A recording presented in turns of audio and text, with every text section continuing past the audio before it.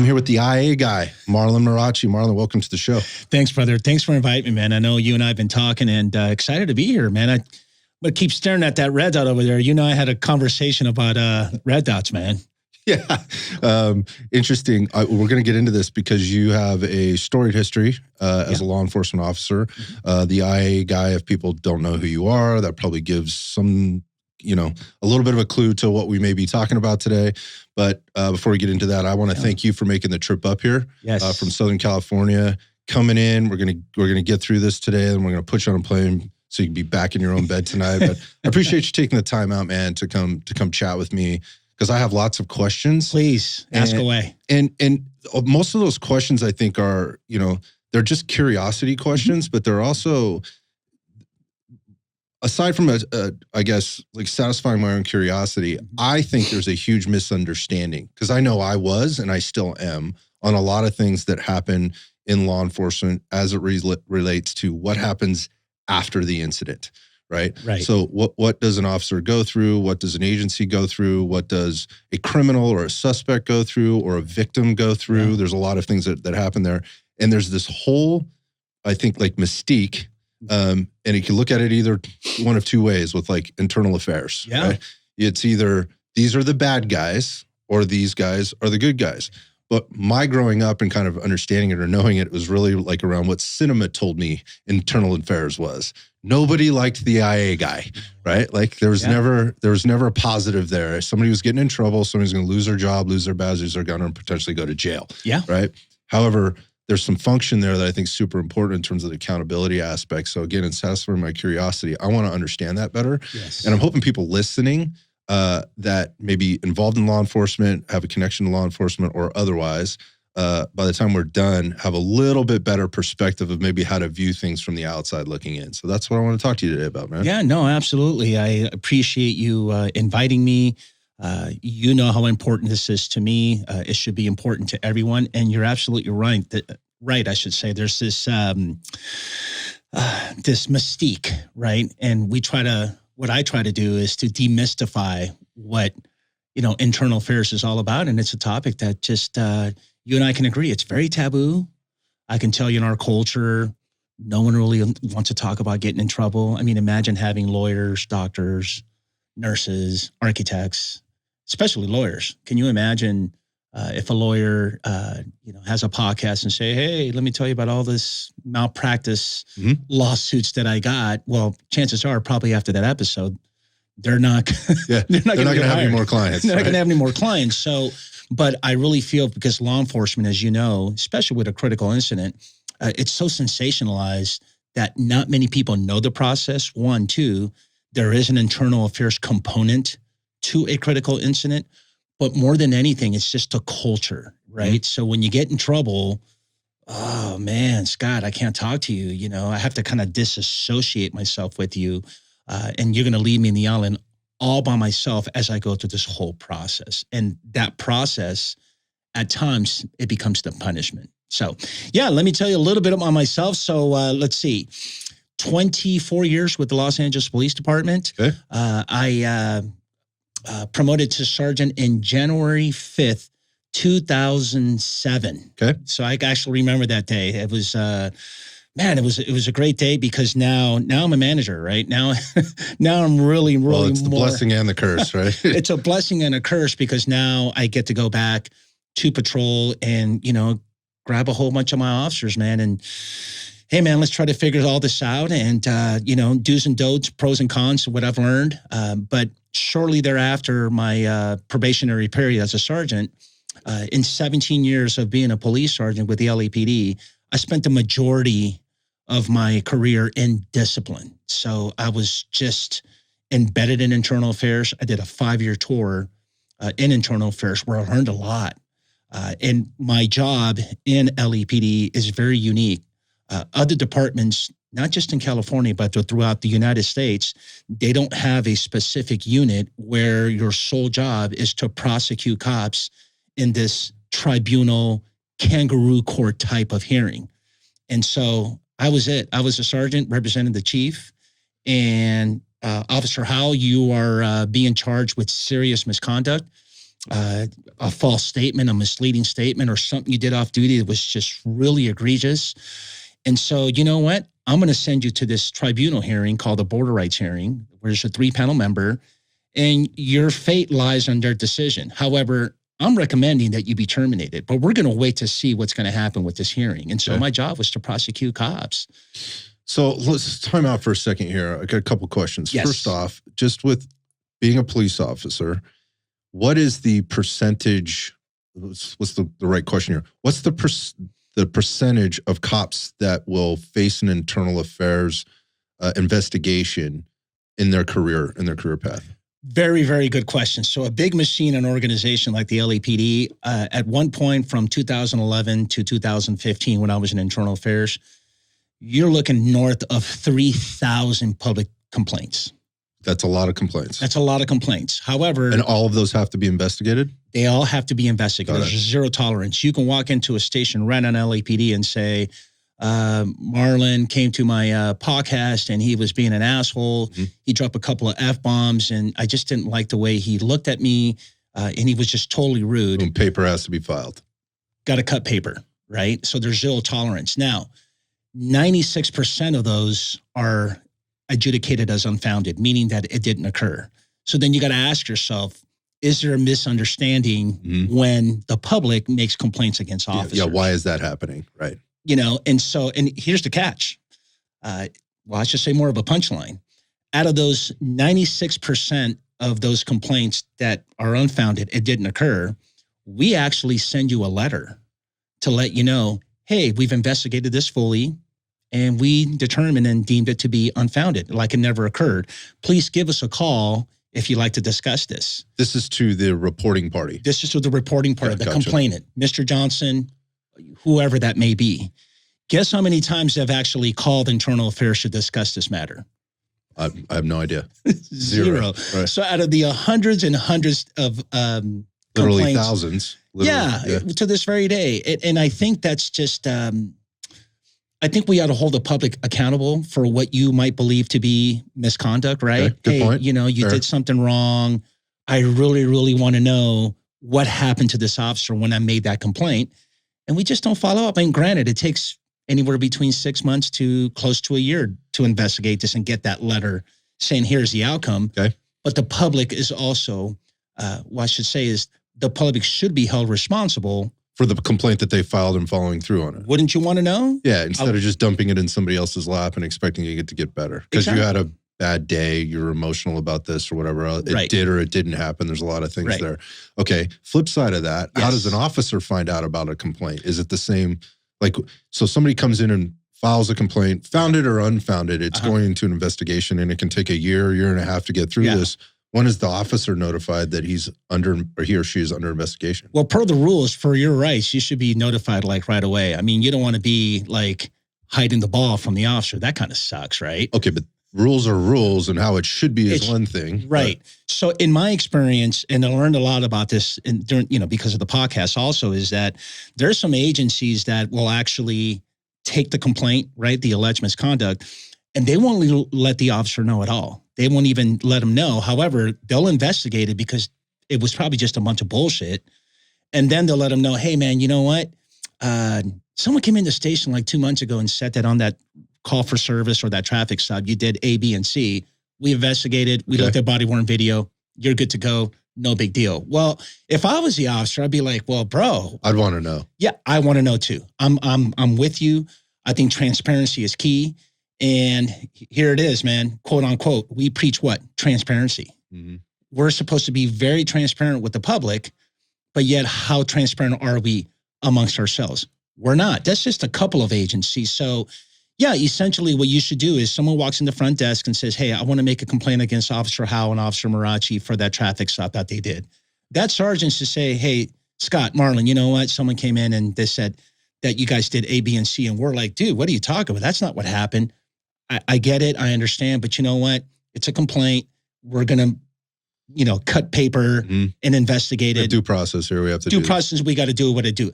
I like to know, for the most part, we do, but a big agency like LAPD, it can be an email to the website. It can be anonymous in terms of the reporting process. Yeah, the portals, the complaint. Right? The portals come from different, avenues, if you will. But a small agency, here in Northern California or anywhere in Southern California, here's a catch, man. Everybody knows, especially in a small agency. The minute you walk in the station, want to make a complaint against these officers, guess what? If you're an agency, perk up. Yeah. Oh, dude. I mean, it impacts everybody. And so for me, what I have done ever since I retired is I've made it a mission. It's kind of like keeping myself in the game, if you will. And I feel like I owe it to the next generation to say, hey, you know what? This whole process that's so mysterious, that's so taboo, that we don't like to talk about because it's very hush-hush. No, man, we need to change that. And how are we going to change culture unless we're having these conversations? Yeah, so important, which is why I wanted to have it. Because again, why is there mystery, right? And so going back, let's just kind of rewind the tape here a little bit with regard to your career path and you jumping into this 5-year stint of being headfirst into it full-time for a very large agency. Obviously, it's storied history. When people think police departments, there's a few of them out there, and LAPD certainly has a history for a lot of reasons, right? Good, bad, and indifferent, and along those times. Had you ever been investigated prior to becoming a sergeant and then moving and being a manager before you moved into internal affairs? I did. I had an internal affairs investigation made against me early in my career twice. With that being said, on my way out, what I should say is on my way out, there was a couple of my colleagues who used internal affairs as a weapon against me and my boss. So I've been in pretty much every single seats or all the seats. Both seats, and there's one more seat that we haven't talked about either. Is that a lot of agencies have what their unions, right? They have union reps, like an advocate. Kind of like an advocate, exactly. You get in trouble, you call your union, and they're supposed to be there for you and provide you an attorney, when you're going to have that interview with internal affairs. Well, in LAPD, there's an actual full-blown unit because we're that big, where there's like 10 plus sergeants at one point, and our sole job was to defend cops. Okay. And I love defending cops so much that I did a tour twice in my career. So I'm pretty balanced on both sides of the table. And then, of course, I got weaponized and I was a subject of an internal affairs investigation. So that's interesting that you went through that and to that level, right? And then ultimately wound up in the internal affairs division as one of those guys. Mm-hmm. How does that happen? Because I got to imagine, is this just about leadership appointing things and going, that guy got a raw deal, he's the guy that needs to be in the seat now to clean this up? Or now we're gonna pay back a little bit? I got to know, how did that go down? Interesting you say that. When I teach this stuff, through Savage Training Group in our internal affairs investigation course, we do ask the audience, which is the room full of sergeants for the most part, and we ask them, hey, what traits and characteristics do you want from an internal affairs investigator, right? I mean, you tell me. Of course, people say, we want someone that's going to be, honest, a lot of integrity, all the buzzwords. Yeah, the values. What is the value? But interesting to your point that you bring up, and the light bulb just hit, is that I always say, well, why don't we bring in someone that's actually gone through the whole fucking process, bro? Yeah. That person's going to know, because what you'll realize, and what I have learned a lot through my journey as a podcaster, as a host of the IA guy, is that the common theme of the 120 plus guests that have come in thus far has been, quote unquote, hey, Marlon, you know what? The punishment is not really the penalty. The punishment is actually the process. It's the way I was treated. So interesting that you say that that's the kind of person that you want. For me, believe it or not, and I didn't get asked this much, and I'm glad that you asked, because I had another host ask me the same, and I'm thinking to myself, man, why did I go to IA? And the culture, I can tell you in LAPD, I can only speak for my agency, is that when you promote to sergeant, you are what you call a field sergeant, sergeant 1. It's like a pay grade, right? In order for you to get your rocker, which is a sergeant 2, it's an upgrade. It's kind of like a promotion. Take it that way. Well, these sergeant 2 spots are very hard to come by. And there's not one sergeant that's listening or watching an LAPD that doesn't wish to make sergeant 2, because it's more money and it's pension based. And so for me, even though I was working as a defense rep, and the only opportunity to get my rocker, my Sergeant 2 spot, was in internal affairs. I was pretty motivated with, Gotcha. With that particular. The carrot. I got the carrot, it's more money, it's flex, obviously weekends off. It's like a 9-to-5 banker's job. Okay.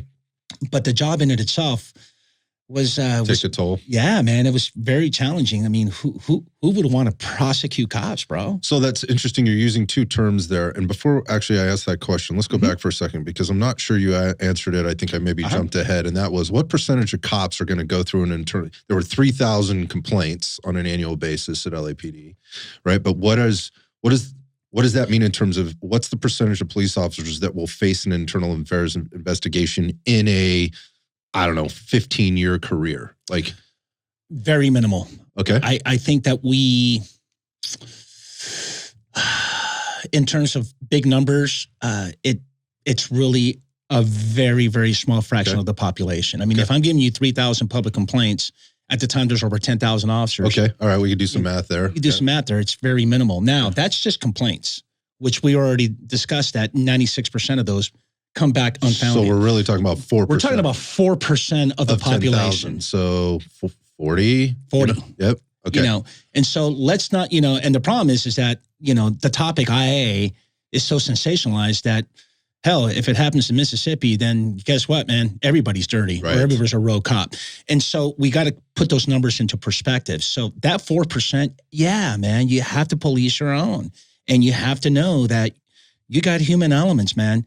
There's raw apples that you got to get rid of. Yeah, if you don't have that level of accountability, it turns into the wild, wild west. I mean, history has shown us that at all kinds of periods, including the wild, wild west. I mean, you can't have Wyatt Earps running around all the time. And Wyatt Earp is a legend, but at the same time, there's some questionable shit that dude did, right? So is that what we want?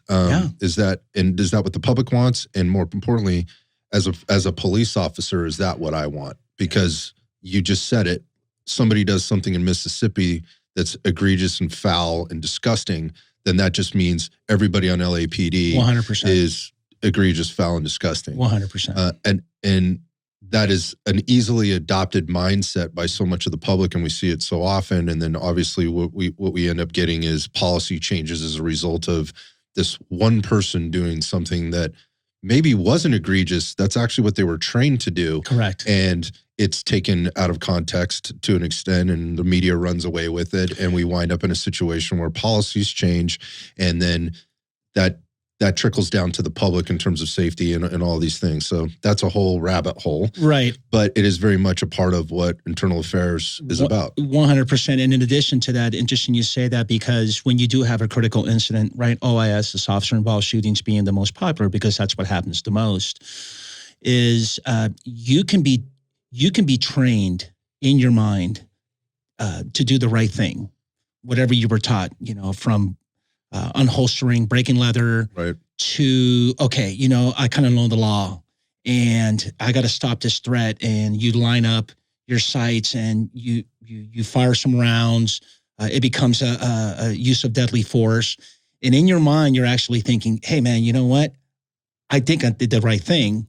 Sometimes, not all the time, but because of political pressure, because of the media and how we paint police officers to be, you can get jammed up. And, well, number one, you're probably looking at criminal filings. Yeah, this is crazy. So that is super important. Mm-hmm. But even though there isn't criminal filing, let's just say they were presented and they were rejected. Got it. Now you got the administrative portion of that, right? And so now we got to start kind of figuring out, like, man, this is so bad and so egregious that we're going to have to do an IA on you and kind of punish you. And a lot of those situations, it's not just, and here you are. I mean, it's a heroic act. You stopped a parolee that was wanted for a whole bunch of murders. Mm-hmm. But yet, thank you for doing that, but I'm still going to jam you up for the things that you did that led up to you actually pulling the trigger, and so on and so forth. Yeah, that's a really good point. Like, what happened leading up to, what's the totality of the event? Correct. Let's come back to that. Uh-huh. So the question I sort of got sidetracked because I wanted to rewind the tape was with regard to the two terms that I hear you using right now. Mm-hmm. One is advocate and one is prosecution. Correct. Right? Or prosecutorial.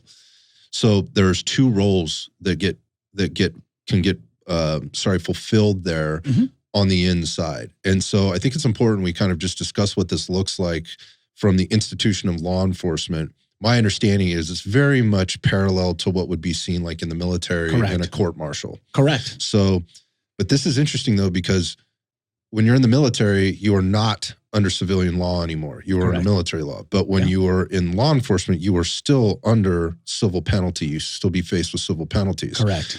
Yet we have this adjudication process, I guess would that be accurate? That is perfectly accurate. That happens internally inside an agency or department or institution where we're still playing with civil liability here. And we have advocates and we have prosecutors that are not officially that. They're not lawyers, they're not attorneys, they're not legal. They've been appointed, promoted, whatever the case is, assigned, voluntold, however we want to put it, to be sitting in these roles. We have police unions, we have the chief, we have the city, we may have the county involved, we'll obviously have the officer involved. And to me, that leaves a lot of room, man, for ambiguity in terms of how decisions are being made. Yes. Now, without going too far into the rabbit hole, there's a couple of things here. One could be, you mentioned like this is an egregious violation of policy or misconduct. Correct. And then there is the legal implications that come along with that. And so what comes first? So is the question. So we're in, you mentioned like officer involved shootings. These are things people can relate to, right? Correct. So this could be based on AB 147. It'll be 392. Okay. Sorry. That is not something 835 APC. I have not mastered yet. So we're going to talk about case law a little bit through here. But my point in asking the question is that murder or is it justified? Is it justified use of force? That turns into a criminal matter. Correct. Versus a violation of policy. Correct. How does that determination get made? Is this an internal investigation or is this a criminal investigation? And when that determination is made, is internal affairs still involved in that, or is that then handed over to the DA and everybody else? Right. Very, very good point. So let me kind of walk you through that. So you get involved in an OIS, and first things first, internal affairs, right? Bureau, division, whatever you want to call it. We're going to investigate it. Now, as far as a criminal investigation, the DA's office will get involved also. They're going to roll out as well. And now, because of DOJ 1506, they actually have a shooting team. However, the Department of Justice, which is the state, right? They also have a criteria. Well, it's got to meet a certain criteria for it to be a qualified event for us to get involved. Not only just to get involved, to take it over from, okay, DA, you know what? We're taking over this criminal aspect of this OIS. Once all that is determined, and you present it to a DA and say, hey, this is what we came up with. This is what we came up with. Are we going to charge them for murder? Or are we going to charge them for manslaughter? Or I don't know, aggravated? You tell me, right? And they say no, because it is justified. Because every time you get in an OIS, the only defense that you have as a police officer here in the state of California and probably throughout the nation is justification. That's really about it. Here we go. Okay, well, we're going to reject it. To us, it's justified. You're good to go. Once that is done, now comes the punishment. Comes the administrative process, right? So now you and I are command staff officers, the chief, my staff. All right, let's roundtable this. Let's kind of discuss all the tactics that led up before they actually engage in deadly force. All right, what is that? That's totality of the circumstances. What do we do here, right? Hindsight being 2020, do we grab Graham B. Connor and say, all right, you know what did the officer know at the time before they actually pulled the trigger? What type of suspect was it? Was it someone that was suffering from a mental episode, et cetera? So you take all that in consideration, and these tactics that you deploy, and here comes the buzzwords, we in LAPD use a term called substantial deviation from department tactics, policy, and procedure without justification. So Officer Howe, Officer Marrache, you guys were out there. Did you follow policy? Well, yeah, when we, decided to grab the suspect and take him down, this is what we did. Well, it looks pretty ugly the way you did it. Okay, so did you deviate? Yes, we did. Was Why? it substantial? How do you measure that? But if you can justify your actions, and a lot of cops are not really good at explaining all this, then guess what? It's going to be in policy, right? Even to the point where in LAPD, they have drawn and exhibiting, AKA breaking leather, right? You draw and exhibiting at the low ready. Well, there are certain rules and policies why you should be breaking leather. Ever doing that. Yeah, and it's changed ever since the reform happened after the George Floyd incident. It used to be, well, if the situation escalated to serious bodily injury or SBI or death, then yeah, I'm breaking leather. Well, you're at a traffic stop and you're rolling up they have tinted windows and you're breaking. This leaves a lot on the man. Right. So my point is that things have changed where we're actually passing judgment and being critical for every single action, more than anything that you did prior to engaging in deadly force. And then if it's in policy, you're good to go. If not, if it was so egregious and you weren't able to justify your actions, there might be an IA, we might have to punish you and make it sustained and say it did occur. You violated policy, even to the point where, okay, I understand you didn't get filed on for using deadly force, but the allegation might look like something like on such and such date, Officer Howe, while on duty, unlawfully discharged his firearm. Okay, so, and that's going to go in your personnel file, and 100%. That needs to be punished. There's some type of punishment that needs to be handed down from the department, despite the fact that you're cleared on the shooting. Correct. Legally. Correct. But now you have to face the internal stuff, and how's that going to impact your career, your job, whatever else. Right. And then my focus of, God, and there's just so many avenues why I decided to do this podcast is because you're in the all in all alone, bro, when you're going through all this. No one's really there for you. Part of this internal affairs process, you're told you are not allowed to talk to anyone besides your rep, your attorney, or the commanding officer, or me, the investigator. You can't even go home and tell your family about it, And so we've created, it's kind of like we eat our own. We created this process, and I'm taking you back decades, even before I came on the job 25 years ago, And so we're trying to better that. Having these conversations is a way of kind of getting better at this. And that's why IA gets such a bad rap. Yeah. So thank you for walking me through that. So very enlightening. And so you cleared up or closed a lot of gaps for me on trying to understand kind of some of the process pieces. So I think the next questions are, when we start to talk about both the legal implications and then, but I also want to talk about legal stuff, but I also want to talk about, you mentioned it, where it's the thin blue line, it's the brotherhood, it's all the things. And you just kind of touched on that a little bit specific to, well, everybody knows who the guy in trouble is, right? 100%. Whether he knows it or not, everybody knows that, right? It's like the kid on the football sidelines with the crutches. Don't talk to that guy, man. That guy's bad luck. Like, I don't want to be wearing, if you touch the crutches, you're going to wind up on crutches kind of thing. It's like that superstitious thing. Like, I don't know, is this bad? And it takes, you just mentioned the timeline it takes to get all this stuff sorted out is 1.5 years. What does that do to morale, the teams, the units, the trust levels?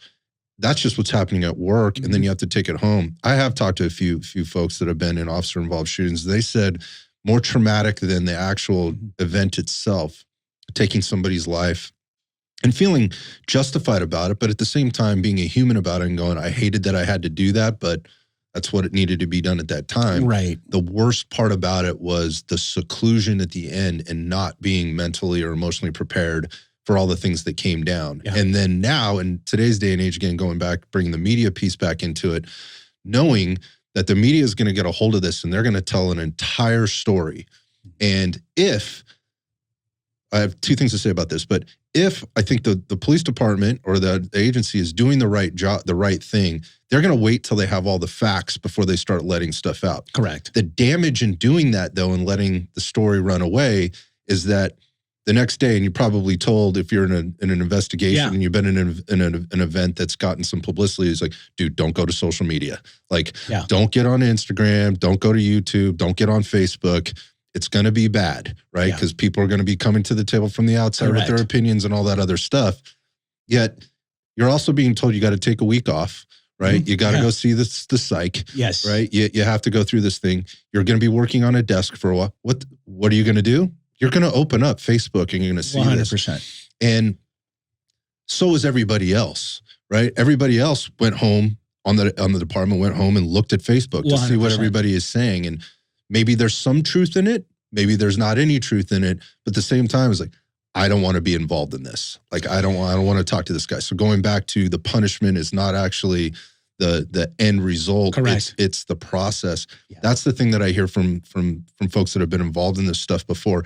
And there's at no point ever in their career, in the academy or after, were they ever prepared for that part of it. So just talking about like the personalities that are involved in it. And you mentioned like, what do we value or what do we want in an investigator's, kind of characteristics or makeup?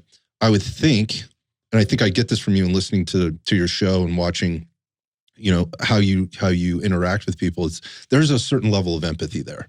Wow. And you have to have that. And one of those is understanding, because you went through it, what that feels like. Yes. And if the process is devoid of that, I think what you're doing is you're making it way worse on everybody at the end, not just the person that's involved, but the entire agency, the brotherhood. We're all held accountable. Yeah. We're all in this together, including civilians. So that's the other point. Yeah, we're all in this together. And as much as I hate to say this, and I say this a lot, is, you know what? Hypocrisy in law enforcement is at an ultimate high level. We are. We claim transparency. To your point, so there's this assembly bill, I think it's 1421, that came out as a result of the reform from the George Floyd incident, where we in the state of California have, I think anywhere, and don't quote me on this, but I think it's like 45 days to let the public know about a critical incident. Too long. Right. 1, 2, and some agencies do it even sooner. But my point is, and we do a good job. I'm not gonna criticize too much my beloved LAPD, but all agencies in the state of California have to do it. Now, we do a decent job with letting you know, hey, I'm the PIO, Captain so-and-so. Let me tell you what happened on such and such date. The officers responded to this radio call, this call for service. They show you the body-worn video. They show you the weapon, a warning, these next images. Mm-hmm. They do a great job. But guess what? That's it. And that story's been over for a long time. There's already been other incidents that are already hit the headlines and whatever else. Well, not only that, what was the outcome? Right. What happened here? Yeah. Well, exactly. Was this a good shooting or was it not? So my point is that we're not as transparent as we seem to think that we are as it relates to OISs and critical incidents. But here's the point that I really want to bring up, that I want to hone in on, is that where does the officer, after it's all said and done, we tell you, you know what, put on your uniform, log back on, and namaste, have a good day, everything's good. After everything that is said and done, you know what, I know we jammed you up, we haven't talked, you're on the island in that dark alley all by yourself, but you're good now, bro. You're good now. Come back to work. Where does that officer get to tell his story? Where do they get to control their narrative? You think they're going to go to their local newspaper? No, because this thing's been sensationalized. God forbid it's, a racial issue where, and I've seen this, and let's keep it real. Yep. An officer happens to be a male white officer, and this subject happens to be a male black. Mm-hmm. Forget about what happened. We're just going to sensationalize this and make this about race. Yeah, but race. You know what? Oh my God, we're being hunted. Right. And so that is, I put a lot of blame for the media for that. I hold the civilian population accountable for that. 100%. But in the end, no one really knows the true feelings and stories and emotions and empathy of what the officer actually went through. To this very day, there's officers who have gone to OISs who have to go back to work thinking to themselves, you know what, where can I control my narrative? Where can I tell my story? And lucky for social media, you can, but you know how that goes. You do that and you're still active. God forbid your department will probably go after you for expressing your emotions and your feelings. Yeah, well, we've learned that in spades. And I've even learned that here on the show, and having people tell stories and getting a lot of backlash for doing it, and stories that have been adjudicated, where they have been cleared, where they have gone through this entire process and then talking about it a little bit, and then having that come back as dude, why are you doing that? Why are you trying to be like a social justice warrior, or, why are you so weak? Just move on with your life, kind of thing, which is the problem. Yes. Like, you know what? The answer to that is that, with all due respect, boss, someone younger than me that's probably thinking about becoming a cop is going to go through this. And by me sharing my story, it might help. Us podcasters, I really feel that we have a responsibility, or we should, right, have that responsibility for you to come in and tell that story. I agree. Especially if it's complete. And again, I'm talking completely adjudicated. There's no civil litigation. The crim is already done. Mm-hmm. The department's already punished you or already jammed you up. Come on in and talk to Scott, talk to Marlon, and say, hey, man, what was that like? And what did you learn from that? And how can we improve? Or now that you sit here today and reflect on that incident, is there anything that you could have done differently? Yeah. And hopefully there's something learned in that, right? Exactly. And there's always something, right? There's always going to be something to be shared, right? Again, and I think telling the story and creating that transparency and the other side of it is super important. I think the other piece that as a human, right? I've never been in law enforcement. I'm not going to be, I don't have any experience with this, but I have life experience and reflecting back on decisions that I've made, right or wrong, right? Because I've made them both, right? And doing the right thing is something that I'm always trying to do, right? And you shoot with red dots, bro. And that's cheating. That's cheating. We're going to get into that. That's what I heard. That's cheating. But my point of that is like, now how does that impact me going on the street and making decisions going forward? Yeah. And, you mentioned the George Floyd incident, and I think we've seen the complications of that and the downstream effects of officers hesitating and for lots of reasons. Yeah. And you can't ever be inside that officer's head at that time to know what's going on there. But if I've been through one of these incidents before, I might think a little bit differently. Correct. And that's unfortunate. Because especially if it was cleared and it was good and everything was fine, you did do the right thing and it was adjudicated and everything's, again, you've been stamped as okay now. Am I though? Because if this comes up again, and it likely will if I stay here long enough and I keep doing this job and I work in particular parts of my city or whatever else, this could come up. How does that impact the decision-making that I make next? And is that something I want to go through, put my family through again, and potentially be on the other side of this where the reality of it is I could go to jail. Yes. And that's changed dramatically here in California just in the last couple of years. I agree. With some new bills that have been passed and use of force stuff and whatever else. So, okay. Transitioning here a little bit. Yes. So we've talked a lot about like OIS as the example. Correct. But that's not all of what an internal affairs investigation might be. And so I want to talk a little bit about some of the other things and some of your experiences there to give some context, because we had a little conversation on the way over today about some stuff, and I'll bring that up as we go. But like when you talk about the officer-involved shootings, I know some agencies have actually a shooting investigations team. Correct. That has to work in conjunction with like internal affairs or whatever. Correct. So it's not just internal affairs doing all of the things. There's multiple components to this, correct? 100%. It's a big parade. Okay. So, and depending on the agency you work for, that could just be an adjunct duty that you have as a full-time officer who also is the firearms instructor, who is also the sergeant, for, a shift or whatever the case is. So there's a lot of things going on. You're putting that on the plate of, you got all these plates spinning. And what kind of training do those people get in order to be an advocate or a prosecutor in one of these cases? I wonder, like, what was your experience with that? I didn't have any experience when I went into internal affairs, right? So we talked outside of your own experience. Outside of my own experience, but more than anything. And at the time, I was a defense rep. So I was defending cops for minor stuff. Hey, they'll call me, hey, Sarge, you know what? I got this IA and it's a bunch of bullshit. There's a couple allegations that didn't happen, blah, blah, blah. And so, of course, I always say, okay, why don't you read it with a fine-tooth comb from beginning to end? And then ask yourself, did this actually happen? Because sustained means that it occurs. Unfounded means that it didn't occur. It just didn't happen. It didn't hapen. Okay. Now, if you read it all and you're true to yourself and reflect on this and you're telling me that it never happened, then yeah, man, let's go appeal it and go through the due process, right? So that was, and believe it or not, we get it wrong sometimes. We do. You know, there's a lot of investigations that I have presided over where there's more holes in Swiss cheese, man. And you know, I'm sure you get a lot of personal trainers who there's stuff in every career, you know. Yep.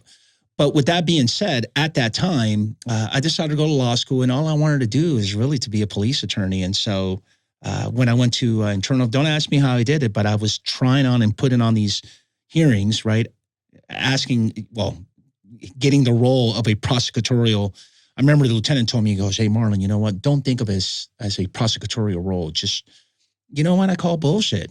I'm prosecuting cops for like serious misconduct." And so I must have prepped for about 40 of them in like almost 4 years, but I've done meaning I tried in a hearing setting, I want to say about 30 of them, right? And out of those 30, 5 were righteous, guilty findings. Okay.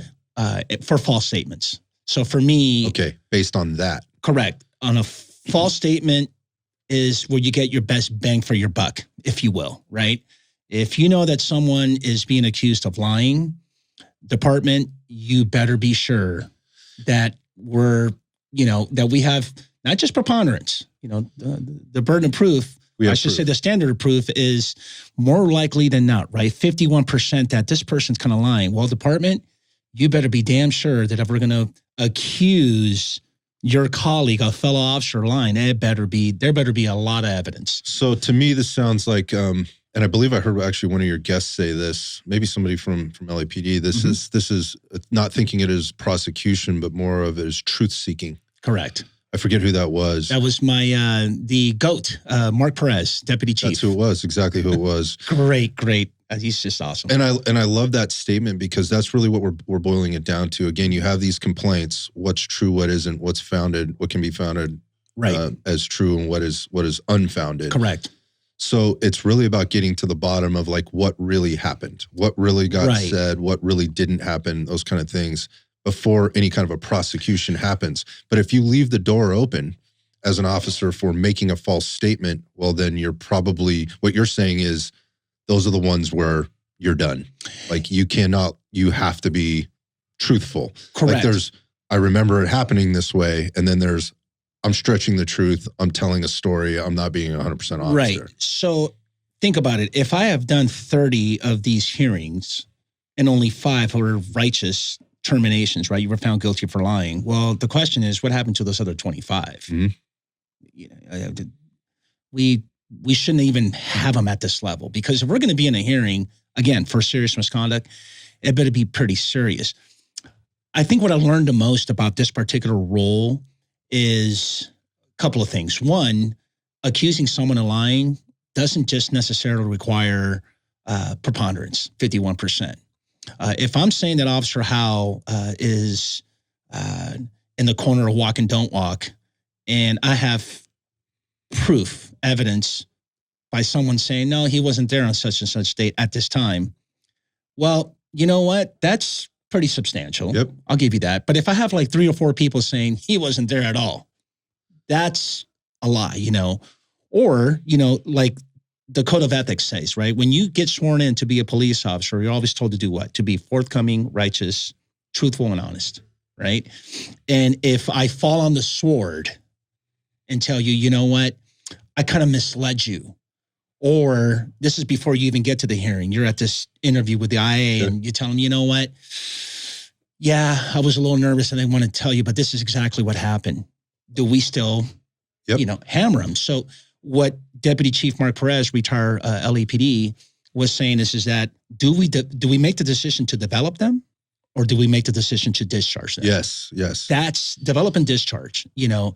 But for me, it was when I got there. I mean, it's dark, bro. Yeah. How do you develop? If you've lied, how do I develop you to not be a liar? Correct. Versus making a mistake in policy or whatever. 100%.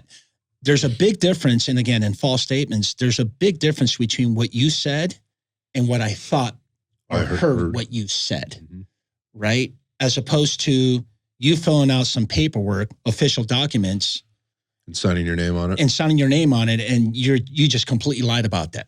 Big difference. The ones where I questioned the most, is that knee-jerk reaction saying, oh, you know what? And here's the problem, because I always say this, and I hate to say this as much, but at some point, as it gets to these levels of review, it gets personal. I don't like Scott. I don't like Marlon. You have to spend that much time with them. You're looking into backgrounds. You're looking at who they are when they're not on the job. He's got a podcast. He's doing this. You know what? You know what? Go ahead and sustain this. So in other words, it doesn't become about the process. It becomes about, I just don't like you. And unfortunately, a big machine like LAPD, there's a lot of levels of review. I'm sure. You know, and then someone does a knee-jerk reaction and says, well, I don't, go ahead and send them to a board. Send them to this hearing because I feel like they're lying. And then the board's the members are like, well, that really wasn't what he said, And so you got to be very, very careful when you start accusing people of lying. My point is that you as an IA investigator, and I, plug out to Savage Training Group when we teach this in internal affairs, is we have to be really certain, and you better have a substantial amount of evidence. I don't want 51%. I want like 90. I want to say that Scott, it was just lied on this particular incident, and this is what happened. And we get that, unfortunately, with a small department, it happens way more than a big machine. And who suffers? We all do. Everybody. Yep. So by the time you and I work in an agency of 50, we go to some radio call, and then next thing you know, they make a complaint, and for whatever reason, they want to frame an allegation of dishonesty. We're like, dude, that's not what we did. Everybody's going to know. And now you're ostracized in the island all alone, in the dark alley by yourself. And we start that whole process. And we start the whole process by yourself. So you mentioned there's 5, that were prosecuted and were righteous in terms of discharges, right? Or maybe even criminal investigations. And I never like asking the question, like, what's the craziest incident you've ever been involved in? But I think there's probably some context to some of this. So maybe we could talk about like, what were some things maybe outside of officer-involved shootings that got people in trouble? And then I think that kind of leads into like previous conversation we were having before, where there's some gray area now, and some policies probably need to be written, and how do we write those? Exactly. And those kind of things. So what I will say is this, Scott, it's a good question, because when we define misconduct, not many people know what that actually is, right? So let me kind of walk you through that. So it's kind of 4 prongs. So one of those prongs is neglect of duty. So if you fail to do something, that's an allegation of misconduct. That failed to properly handle your farm, or fail to push the at scene button, that's failure, neglect. Okay. Very simple. Violation of policy and procedure. We all know that. Okay, gotcha. Problem is that a lot of people like to stack them, like put both. Well, hold on a second. Let's not make this freaking report with like all these allegations. This could be a violation of timekeeping because this guy forgot to punch it. I get that a lot. A lot of small agencies, I've been consulting on some cases where the culture and the practice, especially in small agencies, they'll say violation of this, violation of that, violation of this, and 4 different violations. But wait a minute, it started with this one thing, and then we stack things on. Okay, so stacking is huge. And then you have criminal offense. We can all agree. If you commit a criminal offense, that's an automatic IA, right? That's misconduct, right? DUIs, bar fight, domestic violence, whatever the case may be. But last but not least is what you have, that unbecoming conduct, right? Conduct unbecoming an officer is what we call CUBO. What that actually kind of means is that, look, if you do something more off duty than you do on duty, that reflects horrible, negative, egregious on the eyes of all stakeholders, that's the catch-all, And so that one is where you kind of work. So for me, the ones that have stuck out the most are the conduct unbecomings. Yeah, but more than anything is that what I will say is this. Anything that you do off duty, the scope is super microscope. Yep. Very, very micro. Everything that you do on duty as it relates to your essential job functions as a police officer. Yeah, come on, bro. What's the word I'm looking for? It's not ambiguity, but there's some broadness to it. We have to take into account a lot of different things. If you and I are captains at a small agency, we've been around 25 years. Bro, we've worked the street. We pushed the sled. We know what it's like. And then some lieutenants got a hard on for this one officer because, he does the SWAT. He's dating his ex-wife or something, So, come on. He went to a bar and fucking drank his ass off and acted stupid. was on top of the counter with his badge, swinging around, just acting dumb. And he's all over social media. Okay, got it. But just because you don't like him, we're just going to cut him off the knees and just fire this guy? No. So my point is that anything that happens on a radio call for service, traffic stops, search warrants, anything you can think of, you know what? Let's be flexible and have some leniency. So it's the off-duty behavior is my best advice that really, really counts the most. Okay, so give me an example of something like this was ridiculous that this person did, and then give me something that was maybe not so. When I use that term, I use it broadly. Ridiculous, like this person made a very poor decision, a bad mistake. They weren't maybe not in the right frame of mind at the time, or whatever else, and it ended up turning into one of these investigations where they end up losing their job. And I guess what I'm looking for is like some variability here. Yeah, absolutely. When it comes to great examples. This unbecoming behavior. One case that I presided over was an officer who had to be in court in the morning for an arrest that they made, a felony arrest. But at the same time, he also had to be in traffic court for a traffic stop or a citation that he did. So he had these two. He's got an administrative problem right now. Well, he's got to be in both. Okay. Morning time, he's got to go to the criminal court. Afternoon, he's got to go to the traffic court. Got you. Okay. So you got a subpoena, you got to show up, right? And so he decides to go to the morning court, criminal courts. The felony. And tells the DA, hey, you know what? If you need me to stick around, we're here. I don't want, I don't have to go nowhere. Take your time. But, I'm trying to get out of the traffic court. He's trying to get out of the traffic court. Got it. It's Friday afternoon. Young kid probably wants to take off and go to Vegas. And so she goes, okay, this is the DA. You know what? I'm going to go talk to the witnesses and, let me go talk to the defense attorney. And, there might be a plea bargain. Who knows? About 2 hours later, like around 10 o'clock or so, she comes back. She goes, you know what? I don't need you guys anymore. You guys are dismissed. Plea bargain. We're good to go. Have a nice day. You sure you need us to go? Because I really like to stay here. Right. And then she says, no, you're good to go. So what he ends up doing is that he calls the liaison, the police officer at the traffic court and says, you know what, why don't you show me at criminal courts building room 210 and I'm going to be here. Okay. So what does the court liaison do? Writes down. This is what this officer said. It's on the log, under his name. Then he calls the DA and says, hey, I got to run something by and I'm hoping that you can help me out. I called the traffic court saying that, that I'm going to be here in this course. So you mind if you cover for me? And bro, she just went, yeah. Excuse me? Right. What are you talking about? How can you even ask me for something like that? And she's like, and then he starts backpedaling. Well, no, that's not really what I want. She goes, you know what? This conversation's going to end. Yep. She hangs up, round tables it with her bosses. It ends up at the Brady unit in the DA's office. They're like, yeah, this is pretty much a big lie. So you know what? They write it up and they submit this letterhead memorandum to the chief's office. It lands on my desk. Yes, I brought in the DA to testify. I brought in the court liaison to say, and he righteously got terminated. Okay, that's bad. Okay, and again, I know that I said things happen off duty more than they do on duty, but that's pretty, very immature.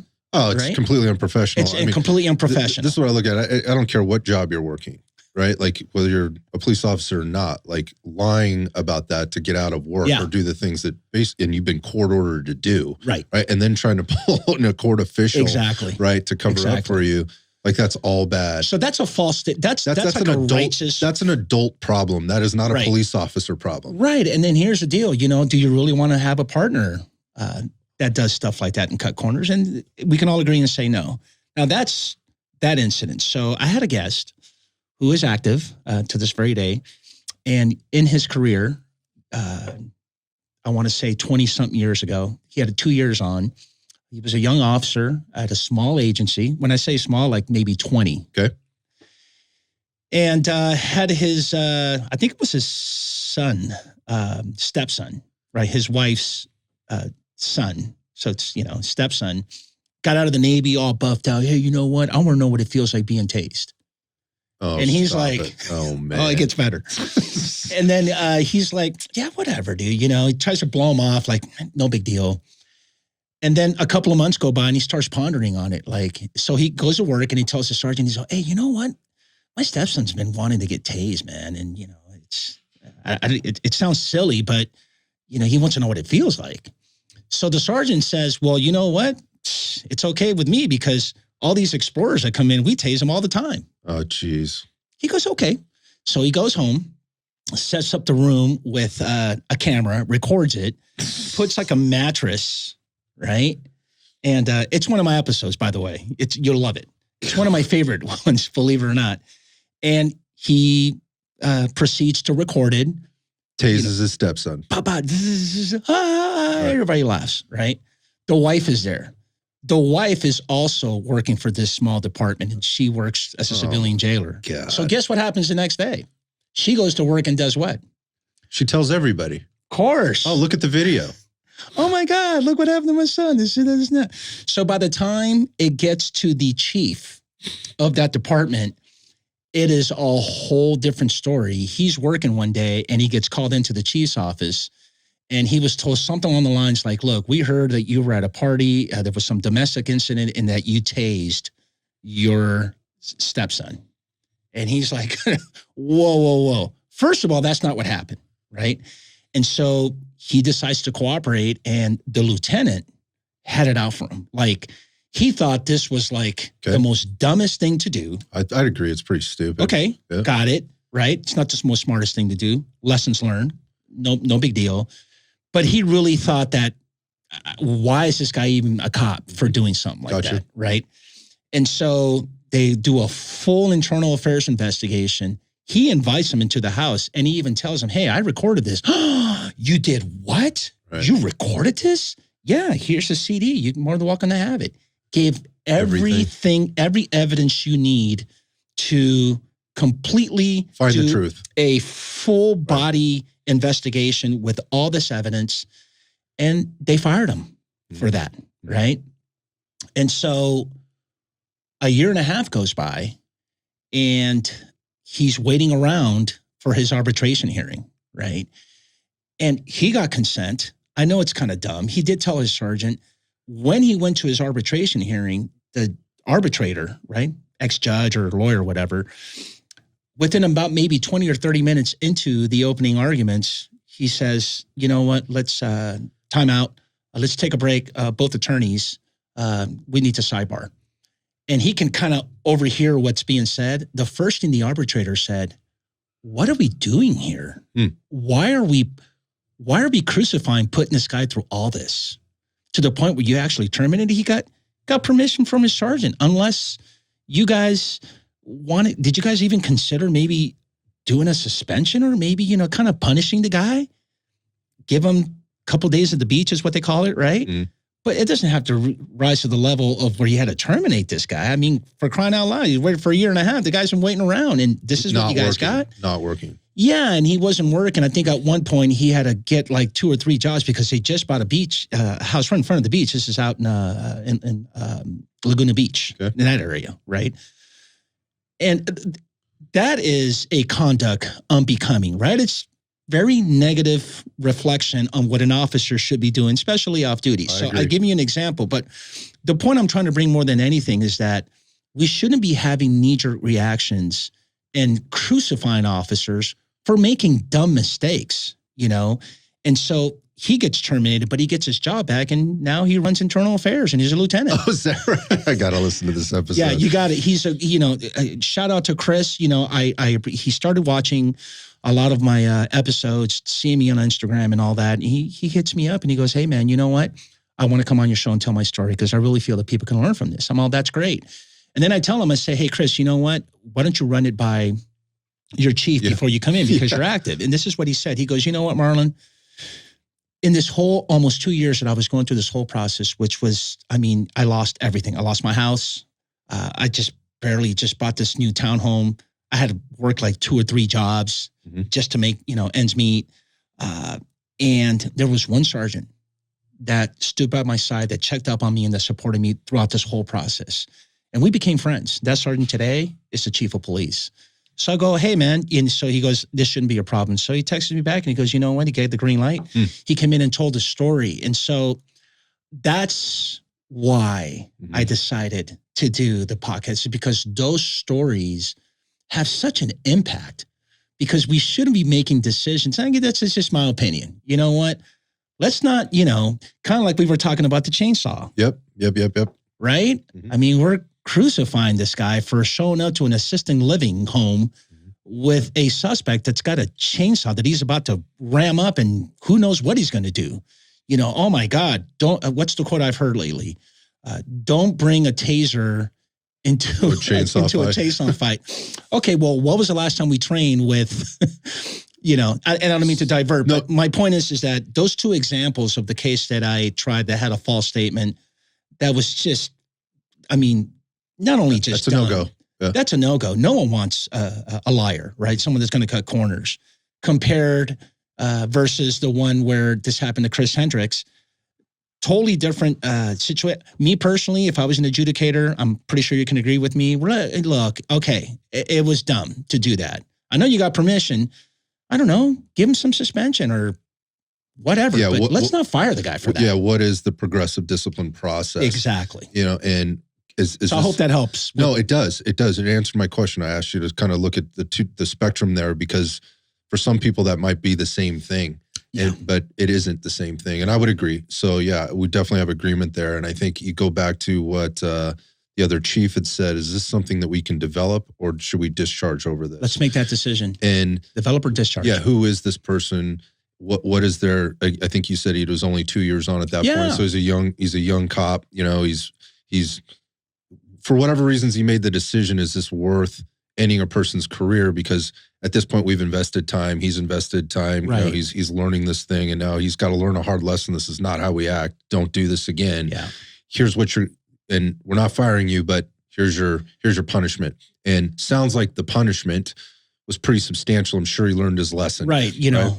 When you start having houses taken away, and you got to sell cars and boats and things like that, and you're having trouble putting your food on your table, is that enough? Yeah, I don't know the answer to that question. Sounds like it was for this guy. Yeah, 100%. But I think the question will come up is like, yeah, but it could have gone another way, and 100%. This guy felt like he could have skated, and then he does something else that's worse. Yes. Right? And then as an apartment, you've got to answer for, why wasn't this guy fired at this particular point? And so I think I can try and understand how administration might look at this. 100%. But it sounds in this case like it's like one guy, right? Yeah. This lieutenant who had an issue, who was like, no, we're definitely going to push this. Oh yeah, 100%. So, like I think I said it earlier, the shittiest part about this whole process, at some point it gets kind of personal. It's a self-serving type of process for that particular person. It shouldn't be that way. And again, I don't want to harp on and say that it's like that all the time, but you know what? One is just one too many, the way I see it. But here's the interesting part also, Scott, that I've learned also, is that when we talk about mental wellness, right, it's in the forefront now, right? Yep. So if we had a shelf like you do, we put a critical incident, right? Officer involved shooting, an in custody death, something very traumatic in your life. But what we don't do is put this IA process up there. Mm-hmm. And you know what? Chris Hendricks, to this, think about it. That's 20 years ago. He never had a platform to come talk about this, and I get it. And I'm blessed. I don't do it because I want to sit there and tell you, hey, the IA guy knows this, and that. What the self-gratification, if you will, is when I get to hear you tell the story, mm-hmm. and it's kind of therapeutic, and sometimes it gets a little emotional, because 100%. You never told this story, and there's a lot to learn from. I've been in the receiving end of that myself, and understand that it only encourages me to try and have those conversations more like we're doing now to get it out there, because the feedback that I get from that, whether it be public or private, mm-hmm. on those types of stories, it hits people. It hits officers, it hits other first responders, it hits family members or whatnot. And I hear from them like, thank you for this, or whether it's just another officer or another family member somewhere else on the planet that goes, hey, I heard that story. And that's, thank you for putting that out there. That helped me, kind of understand some of the things that I was going through. You're not alone. Yeah, you're not alone. Yes. And these people that felt like they were for so long because they were left on that island for whatever reason, or they're just fearful of being there somehow. 100%. Because they want to make the right decision, they want to do the right thing, but they're faced with all this, like, what is the policy? What isn't the policy? Like, if I do this, am I going to be okay? Who's going to be looking out for me? Is the DA going to come try and get me for this? Yeah. Despite my chief or my leadership supporting me, this is going to lie in the hands of the judicial system and the prosecutors that work for the county or the state or the city or whatever else. And I don't know where I lie in this, which then brings up the next topic of like some gray area that exists out there. Yes. So going back to this conversation we were having in the car on the way over, and that was like, okay, so we're in a little bit of a different place now from definitely where you started, right? And like the era of social media. Yes. And, we're sort of talking about here, I think we are talking about like that First Amendment right and feeling okay about talking about this guy Chris, as an example, like his incident and sharing that. And what's the backlash you might get? And is this a violation of policy for me to even be talking about this? How do I know? Well, in this case, this guy asked for permission from leadership. Correct. Again, I've been in positions here on this show where people have asked that, and then it's still come back from maybe a higher level or a different level that they didn't like that the conversation even happened. It wasn't even about the conversation, just that somebody's leader gave them permission to do it, but somebody higher up didn't like that. That middle manager or whatever saying it was okay to do that. Going back to social media. So there are a lot of personalities out there, right? And some of those, and cops are humans, and they have personalities too. And they have found an outlet to put that personality out there in some way as an officer, sometimes in uniform, sometimes not, sometimes a mix of both. And we're starting to see things pop up. Yes. Officers getting themselves into trouble with their agencies or being asked to stop doing something because they don't like it. Right, the agency doesn't like it, or a leader within that agency doesn't like it, and this is a very gray kind of cloudy area. It's a phenomenon. If that's the word that you used earlier, it's a phenomenon. So I wonder about this because I think you're in one of two camps. You either leave that shit alone, don't do that ever. It's not okay. It doesn't matter what you do. You want to have your personal life, that's fine. But if you're doing anything in uniform, you're now representing the agency, the other people within that agency, the community at large. Again, go back to what happens in Mississippi impacts what happens in California. 100%. I wonder what your thoughts are on this and how this is kind of shaping up within the conversations that you're having with people. Yeah. You know what? In our internal affairs course, we just, we were talking earlier in the car, we gave it a shot our first time at Bakersfield PD. They were hosting this internal affairs class. And by day 3 of internal affairs, you're like, oh my God, and we put up a slide saying social media. And right after that, we played this TikTok cop from Florida who was actually suspended for, I think she was a school resource officer, and she was in uniform, dancing and doing her thing. And guess what? She doubled down after she came back from her suspension and did more, right? And so there is some case law out there in regards to social media, but what there isn't out there, and this is a great conversation to have, is how do you determine what's appropriate or inappropriate?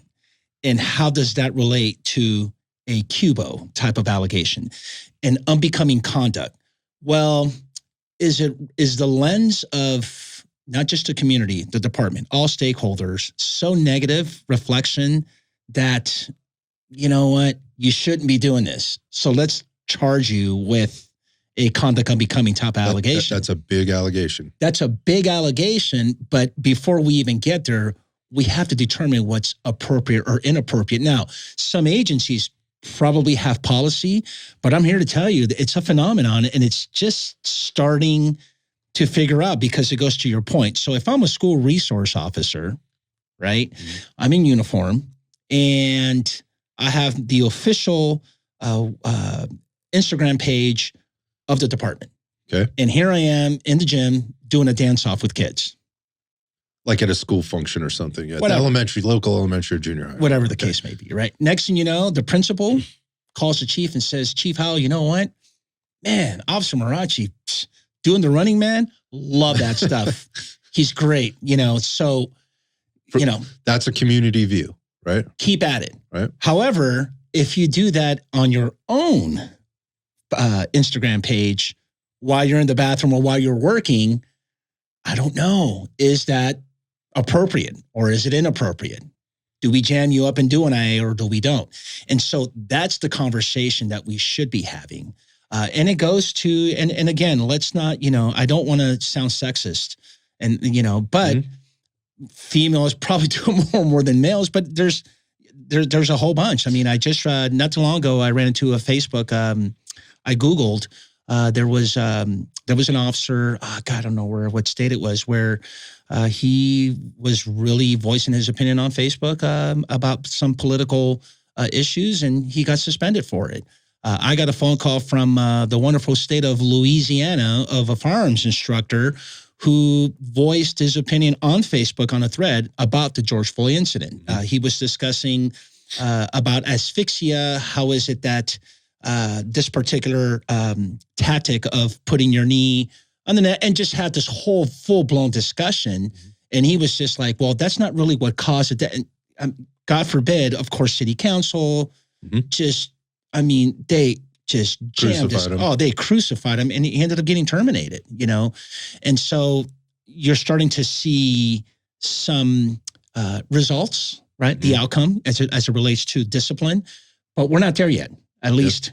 It's still very gray. It's still very, very gray. Yeah, so that's an interesting one. I wonder how that winds up in the, on the IA desk in the future. And to your point, it's a First Amendment issue, yep. Right? I mean, you can't, it's kind of like a constitutional issue. Look, I got the right to do whatever I want when, but I'm in uniform. Yeah, so there's a professional conduct thing there, and that needs to be clearly defined as what you're saying in terms of what's appropriate and what's not appropriate. When can you or can't you? And until that is clearly defined, you're going to have this gray area, and that's really, from what I'm hearing, is that's up to each agency. 100%. And with however many thousands of agencies there are in the United States, that's a tall order to fill. Right. We have to figure that out. So going back to your department, like your previous department in LAPD, is that clearly defined there? No, I haven't seen any new policy as it relates to, but what I will say is there is some out there, I'm sure if I scrub Google, I'll find one, but I get a lot of my content from the East Coast, man. Florida's like,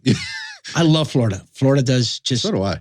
They do a lot, but not yet. But what I will say is, now that I thought about it before I forget, is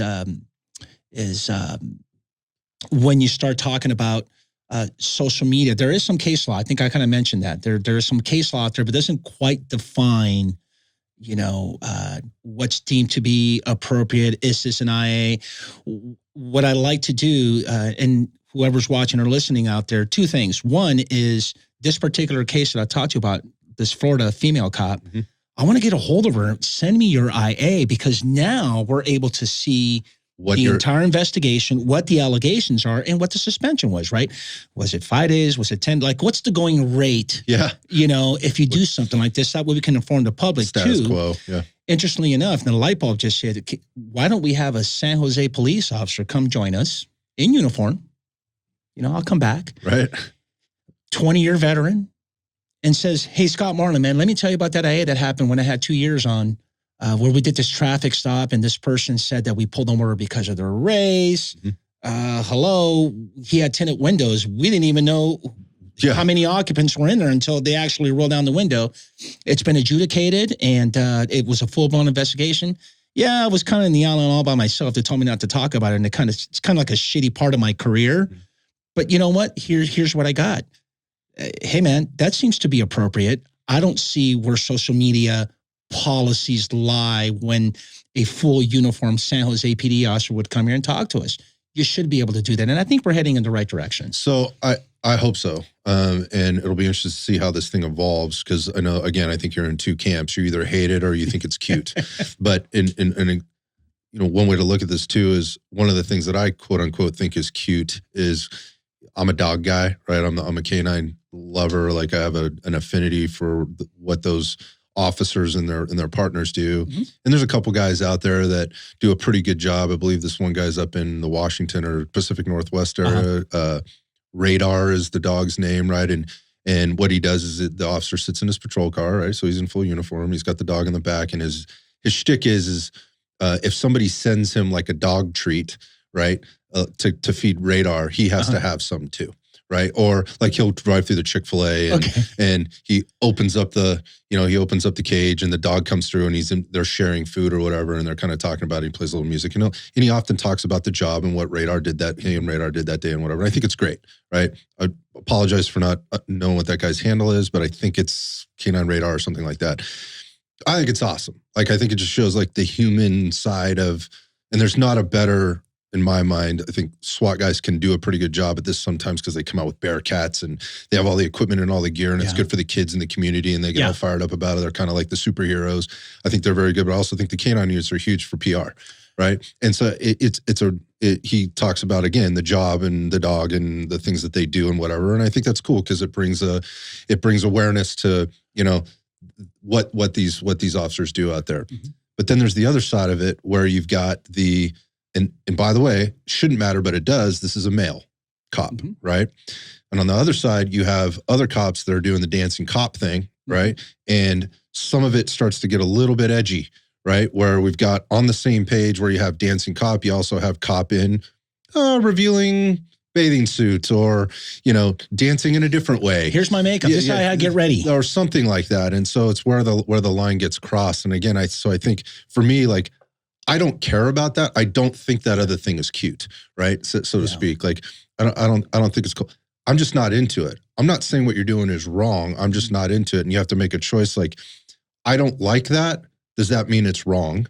Right? Versus I like this, so that means this is right. Correct. Good point. And I think that's kind of where we're at. So to touch on that, if I may interject, is that the canine thing, I think that's fantastic. I mean, I'm a dog lover myself, but this is just me speaking in general. I think from my lens, because I've never been a canine officer, and I don't know, I know a little bit about canine operations, but I don't. Mm-hmm.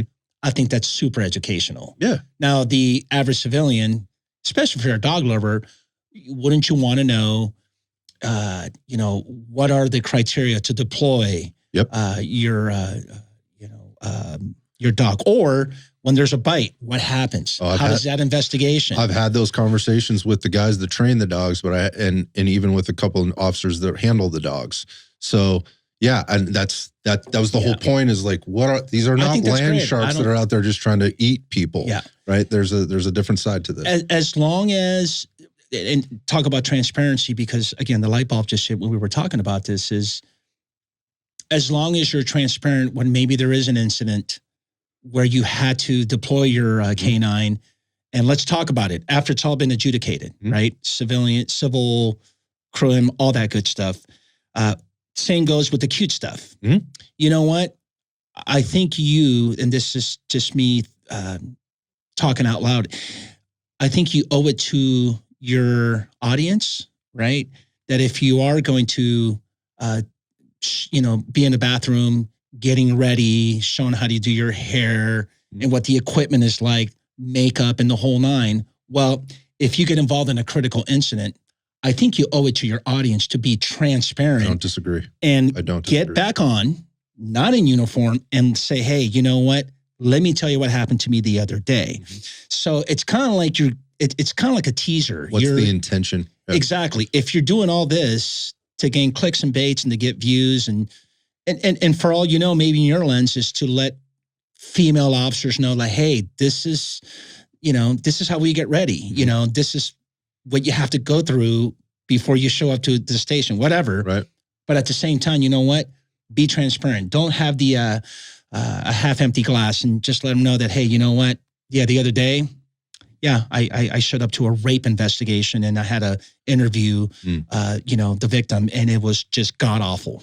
I think you're making a really good point here, and that is, like, what's the intention? And it should be clear. Yeah. And you have a responsibility to make that clear. And so again, what am I doing this for? Am I doing this for personal attention, or am I doing this to bring awareness to the realities of what it's like to be again, it shouldn't matter, but but it does. It does. That, this is what this female officer is doing and what she's showing versus, and again, I guess my point of this is the gray area that exists there, the officers have to take responsibility for knowing how they communicate or how that communication, that messaging is coming across, and feel responsible to making it two-sided here, or all-sided, I guess is what it would be. So that brings up a couple of other things. So we've talked about investigations. Correct. We talked about sort of the things that can land you in one of these things, things that are no-goes, things that could be left with a little bit more leniency or grace. And again, the discharge versus development type of thing. So I wonder, who you're working for as an investigator is the chief. You're a representative of the chief, effectively, correct? In my role, yes. As an investigator, yeah. I mean, the ultimate decision maker is the chief. So you got your bosses. So I want to make sure I articulate this right. What if? Talk to me. What if there is an incident, and it could be unbecoming, like conduct unbecoming thing that happens at the next level up above you, as it relates to administration or higher level leadership. And I want to bring up a case, and I want to make sure I get the name right, because I think this should be public. My good friend Pat from Apex Training Solutions. Oh yeah, shout out to Pat Mahoney. Yeah. We've done a couple of breakdowns. I love Pat. Pat's a good dude. I love Pat. So there is the city of Bradenton. There is a chief there, and she was involved in an incident where the mayor and her were in cahoots and hit her vehicle, which was involved in an incident. Her personal vehicle was involved in an incident, and this thing has been going on for a long time. And going back to what you said before, you're an officer and you're in trouble. People know, right? Yeah. Well, now they have a chief that did some things that appear to be completely egregious and has avoided all of this somehow outside of what's landed in the media and it's been sort of publicized. Who does that investigation? How does that go down? I got to know, because from everything I've read, the evidence suggests, and again, I like to have all the facts laid out in front of me, but this looks pretty shitty. Yes. And how does this get investigated, and how does this get adjudicated internally before this thing looks like it needs to go criminal? Yeah. In my mind. So I'll just put it out there. Okay. So what our buddy Pat was talking about is a perfect storm, if you will, as it relates to what is considered to be a double standard, right? And I've had a couple of guests on the podcast where I've had some command staff. I've had, well, they've been retired, so they're more freely to speak. I was kind of hesitant to ask, a couple of my bosses, and this is LAPD, to say, hey, man, I think it was my mentor. He's a retired commander. We met, and he goes, man, quit throwing me softballs. So give me a hard question. I said, okay, is there a double standard? And he took a step back and he goes, that's a good one. Yeah, that long pause probably tells you what you need to know. Yep. He goes, I don't have any empirical data to prove one way or the other, but what I will tell you, yes, it does happen. And what he meant by saying that is that if a command staff officer gets a DUI and the rank and file gets a DUI, it's handled completely different. Now, there's two ways of looking at it. Well, if that captain or that commander or that deputy chief gets a DUI, their career is pretty much done, right? But whether you handle it with integrity and we're completely transparent, that's a whole different ballgame. Yeah, are we taking away pensions? The same way we would do the rank and file? It exists even to that scenario where you have this chief that was in cahoots with the mayor. Of course they're protected. Had that would have been you and I or Pat. Shouldn't matter. It shouldn't matter. And I think we're getting better at that as the time is going by. But man, double standard has been in existence for decades, as much as I hate to say that. Who investigates that? Yeah, it's going to have to be, I'm with you. I think it should be an independent reviewer. Hey, if there's an agency here in Northern California, right, a small agency, and there is some Chief gets a DUI or something. whatever, Whatever. someone's cutting corners or in cahoots or some shady ass shit's going on. Well, you know what? We know this sergeant, LEPD, the IA guy from, why don't we hire him? He has no... He's non-biased. Right. He has no dog in the fight. Has experience. Has the experience, has no axe to grind. And you know what? I'm going to investigate this. No stone goes unturned. And then I'm going to submit it to you, Chief, right? And I'm going to say, hey, here's what it is. This is my recommendation. Right.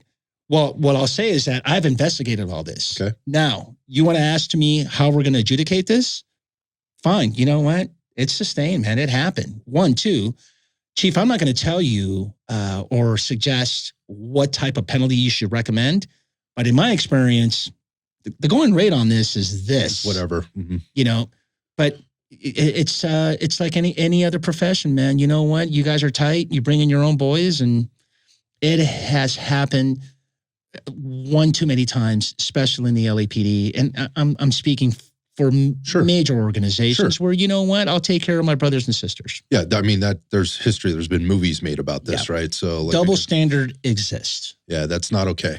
It is not okay. We should be moving forward. Get an independent investigator review or analysis. You shouldn't even be. I'm consulting on a case now where command staff was second chair in the investigation, and that sergeant who's the first chair in the in other words, he's the primary investigator. The secondary investigator is the commander. Now, I wanted to make clear with my client, you know, that I'm consulting this with, because I'm reviewing the entire IA, and it's got more holes than Swiss cheese, which is normally the kind of cases I take. He proceeds to tell me that, well, he's the adjudicator. You know, so I always, and what I'm learning a lot about this process is that you can't have two roles. You shouldn't do that. I know you kind of just said, well, you make recommendations. I'm a very stickler. The way I was taught is, if you're an investigator, investigate. That's your job. When I turn into you, Chief Howell or Captain Howell, Commander Howell. Here it is. Here it is, bro. You want to ask me, hey, Marlon, what do you think? Yeah, they're going to be sustained. But I shouldn't be writing saying, hey, Chief. Got you. You know what? Because that biases the process. Well, it's gonna bias the process. Not only that, I have these two. Yeah, look, there's a little bit of conflict there. So in this particular case, I got this commander who actually had it. He was one of the levels of review. And guess what?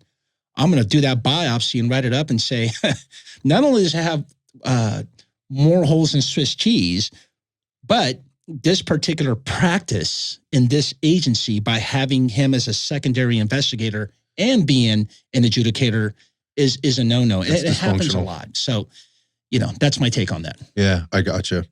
Thanks for answering that.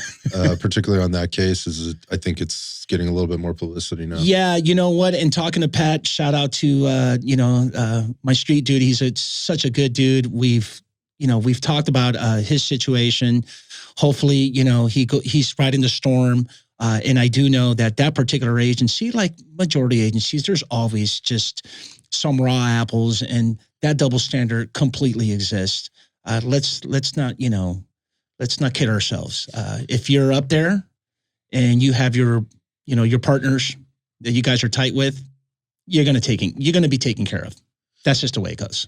So let's talk about the show a little bit and just sort of how it's evolved. Yeah. Because first off, congratulations. Thank you. On your success. I know you've worked very hard. There's a lot of investment and time and finance into this, and probably with all things, there's a lot of hard work, and there's a learning process and a sharp learning 100%. curve. I wasn't a YouTuber or a podcaster. and these things never become successful by themselves. There's always other people in the background, to help you do these things. But when it started for you, what I heard you say was, it started with, look, I think what I want to do is review body-worn camera footage and officer-involved incidents, particularly the shootings. Correct. And that's let me just make sure I phrase this right.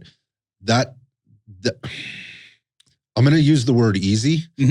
Easy in the sense that there's plenty of that material out there to grab 100%. And lots to talk about, yes. Right? And everybody can have an opinion, and everybody will, yeah, right, about what's happened there. And then as the thing has evolved, you've gotten deeper into obviously the things that you do now, and it's very broad in terms of the people that you talk to, which is what I love about it. You're getting people from all angles that have had incidents or been involved in things.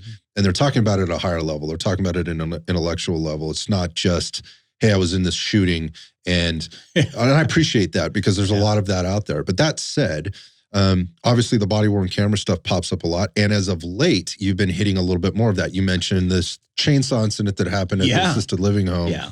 And you mentioned something before about eating, how the profession eats its own.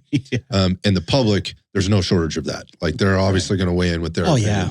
Trolls all the time. You know that. All the time. And everybody is right. And the problem I have with that is that means if all those people are right, it often means the officer was wrong in so many ways. Yeah.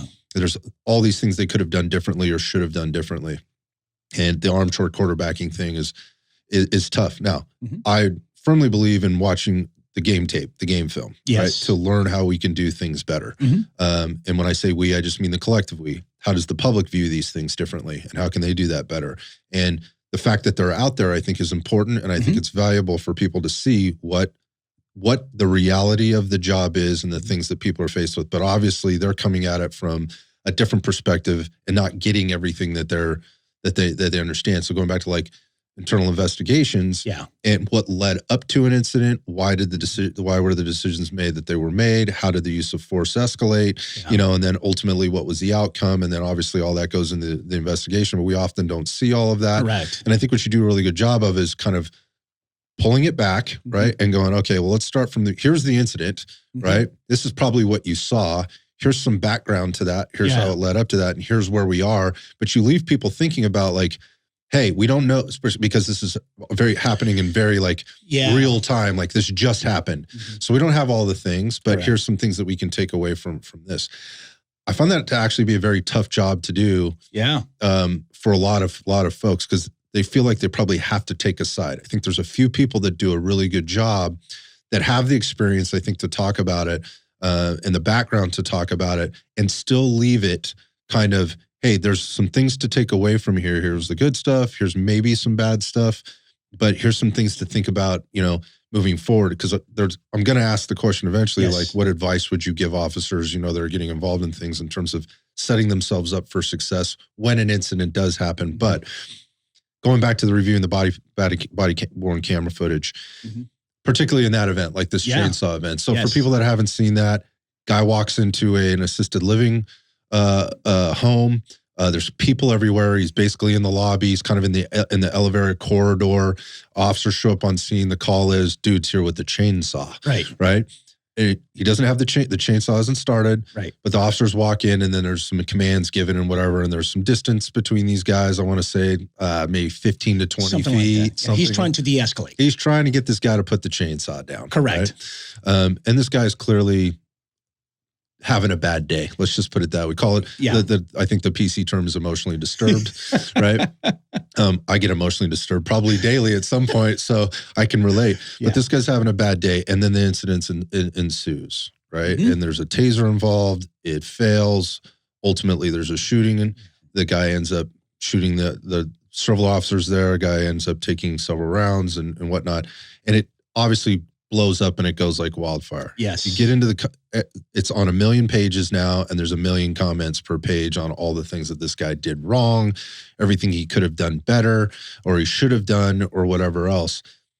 I want to know about your process when you're looking at these things, given your experience, right, as an officer, but also obviously as an investigator, and how you look at these things and the way you think about them in terms of presenting them to the people. So great. I'll start off by saying that as a podcaster, you have a responsibility, at least I think this way, that, when there's a viral incident, you should, especially a police podcaster, you should talk about it. How you talk about that is super important. And I'm no tactics expert. I'm not a firearms expert. But what I am is someone that's very realistic, right? Someone who sees a lens where, okay, I'm thinking, what's going to be the outcome? Yeah, you've been on the investigation side. I mean, I've read hundreds of critical incident investigations and use of force investigations, right? And, I teach this OIS class, so I tend to be a little more empathetic. I tend to be a little bit more do's and don'ts, pros and cons. I don't want to. I don't want to pass judgment on, and crucify this guy for the things that he was thinking about at the time this was developing, all the way to the time that he actually engaged in deadly force. And so, and we are our worst enemies, because the first thing that we as police officers is we just go straight to, oh, you know what? Chainsaw, shoot the guy. Shoot the guy. I think the common quote unquote has been, why bring a taser into a chainsaw fight? So the first thing I think to myself is, oh, hold on a second. Let's pull the reels back. First of all, in what police academy, right? Or in any of your use of force update courses, which by the way, we don't go to much training, were you taught this particular scenario where you show up to an assisted living home with a suspect that has a chainsaw that's getting ready to wrap up, and God knows what's going to happen. Great so point. let's take that in consideration, right? Let's just use the chainsaw, take out all the other things. Right. Because we are embedded in our minds about de-escalation. Yes, you can use non-lethal force to de-escalate the situation. However, as you can see, the video depicts him pulling out his taser. And I think at one point he says, you know what, drop the taser, drop the taser. He's friggin' a nervous wreck. And guess what? I would be too, regardless if I have all this experience and all these years of service. And then at one point says, drop the chainsaw, drop the chainsaw. And he decided, this is the officer decided, that the minute it turned, he shoots off the darts. You know what? Why are we going to pass judgment on what he actually did? That's what he decided to do. Scott or Marlon or anybody else probably would have done something different, but that's not what happened. Yeah, we're not talking about us. We're talking about him making those decisions. And I think at one point he did switch to, I think on the other hand, he did have there was a moment there. There was a moment there you could where see him making a decision. Yeah, and you know what? Those are things that we can learn from, But you know what? Let's approach it in a way where we're not kind of like, being a dick to this guy. Like, great job, but hey, there's a way of approaching, right? The disposition, the delivery of criticizing someone. And so you can tell in the incident, the darts make an effect, but somehow somebody gets up and starts running. We know that backup is on the way. So we already know that. I think the second officer shows up and I did a breakdown, shout out to the BWC library. We did an exclusive breakdown with one of the co-founders that you can find only on this site, where we start talking about, hey man, why are we crucifying this guy and making all these judgments about what he actually did? Look, under those circumstances, this is what he did. And guess what? They stopped the threat. This is one of those situations where you put him in his face in a milk carton, bro. Right. You could commend him. You did a great job by doing this. But you know what? Don't even take him, whatever tactics expert or commands, whoever, don't take him in a room and just start scolding this guy about, hey, did you think about this? Or why didn't you do that? And what I've learned more than anything, and your audience needs to really capture this, is that a lot of times when you apply force, it's not what you actually did, or I should say any tactic as it relates to applying force, right? Effecting arrest, preventing escape, overcome resistance. That's like the general 835 APC that I learned back 25 years ago. You know what? You're going to get scrutinized and judged and be critical about what you didn't do and the things that you could have done. Oh, interesting. As opposed to what you actually did. Okay. It happens. I've been in boards where all these command staff officers ask questions about, well, did you think about doing this? Or how come you didn't deploy the taser? Or how come you didn't use non-lethal? How come you didn't de-escalate? And those are the conversations that you have to have, but there's a way of having those conversations. So when it relates to this, again, suspect with a chainsaw at an assisted living home, I mean, who am I to say, well, I have to, right? I mean, the boss, right? I'm command staff of that agency. I got to do something, but I think the best way to approach it would be like, hey, Scott, let's walk through this. And you tell me, what were you thinking at the time? And I'll leave it up to you. Let's just hear it. Is there anything that now that, and I ask my guests this all the time when they start talking about war stories. as you sit here today and reflect on this incident today, right now, March 26th, is there anything that you would have done different, or is there anything to learn from that? And leave it up to that person to tell you, yeah, you know what? Not only was I a nervous wreck, but I started de-escalating. But man, you should see the comments, bro, especially from cops. Right. You know what? He doesn't belong on the job because he shouldn't bring a taser to a chainsaw fight. You know, it's just happening everywhere. So I felt the need, and not only that, I mean, it's going viral, to just kind of let the public know, with my partner, the co-founder of BWC, Sean, like, okay, bro, let's slow down here and have these conversations about what. Let's not. Look, I understand these are the kind of issues that we need to kind of have this conversation so we can learn from it. But let's not crucify the guy and say that, you know what, you don't belong being a cop. I think I had a comment once saying, you know what, he should be gone and think about another career. Oh, okay. So what you're saying is that this particular incident merits termination. And of course, your termination. Well, yeah, you just got done saying that being involved in this incident, you need to go. Basically, you're saying that you want to fire this guy for doing that. And at the same time, yeah, thank you for stopping this crazy. Right. God knows what would have happened if you wouldn't have stopped the threat.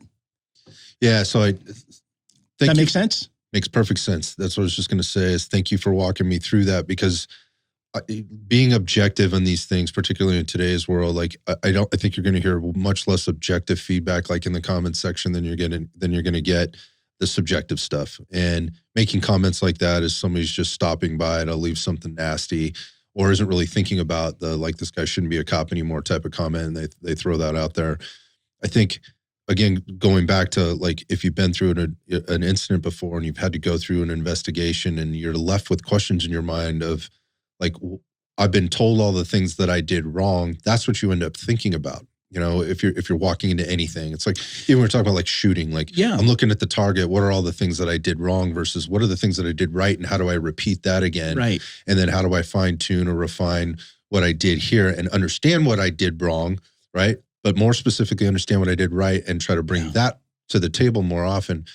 And to your point, like, there's very little, we see it. And I know there's probably a lot more incidents where the officer did do a really good job at a lot of different levels, and we never see it. No. Right? Because it just doesn't, it's just not as sensationalized. Yeah, it doesn't get the comments. It doesn't get the views or whatever else. So I think that is important to acknowledge, like, look, this dude just protected and served, right? And at the end of the day, like, whether you like the way he did it or not, and that's another problem I have, is like, we want you to enforce the law. We want you to use force when applicable or when appropriate.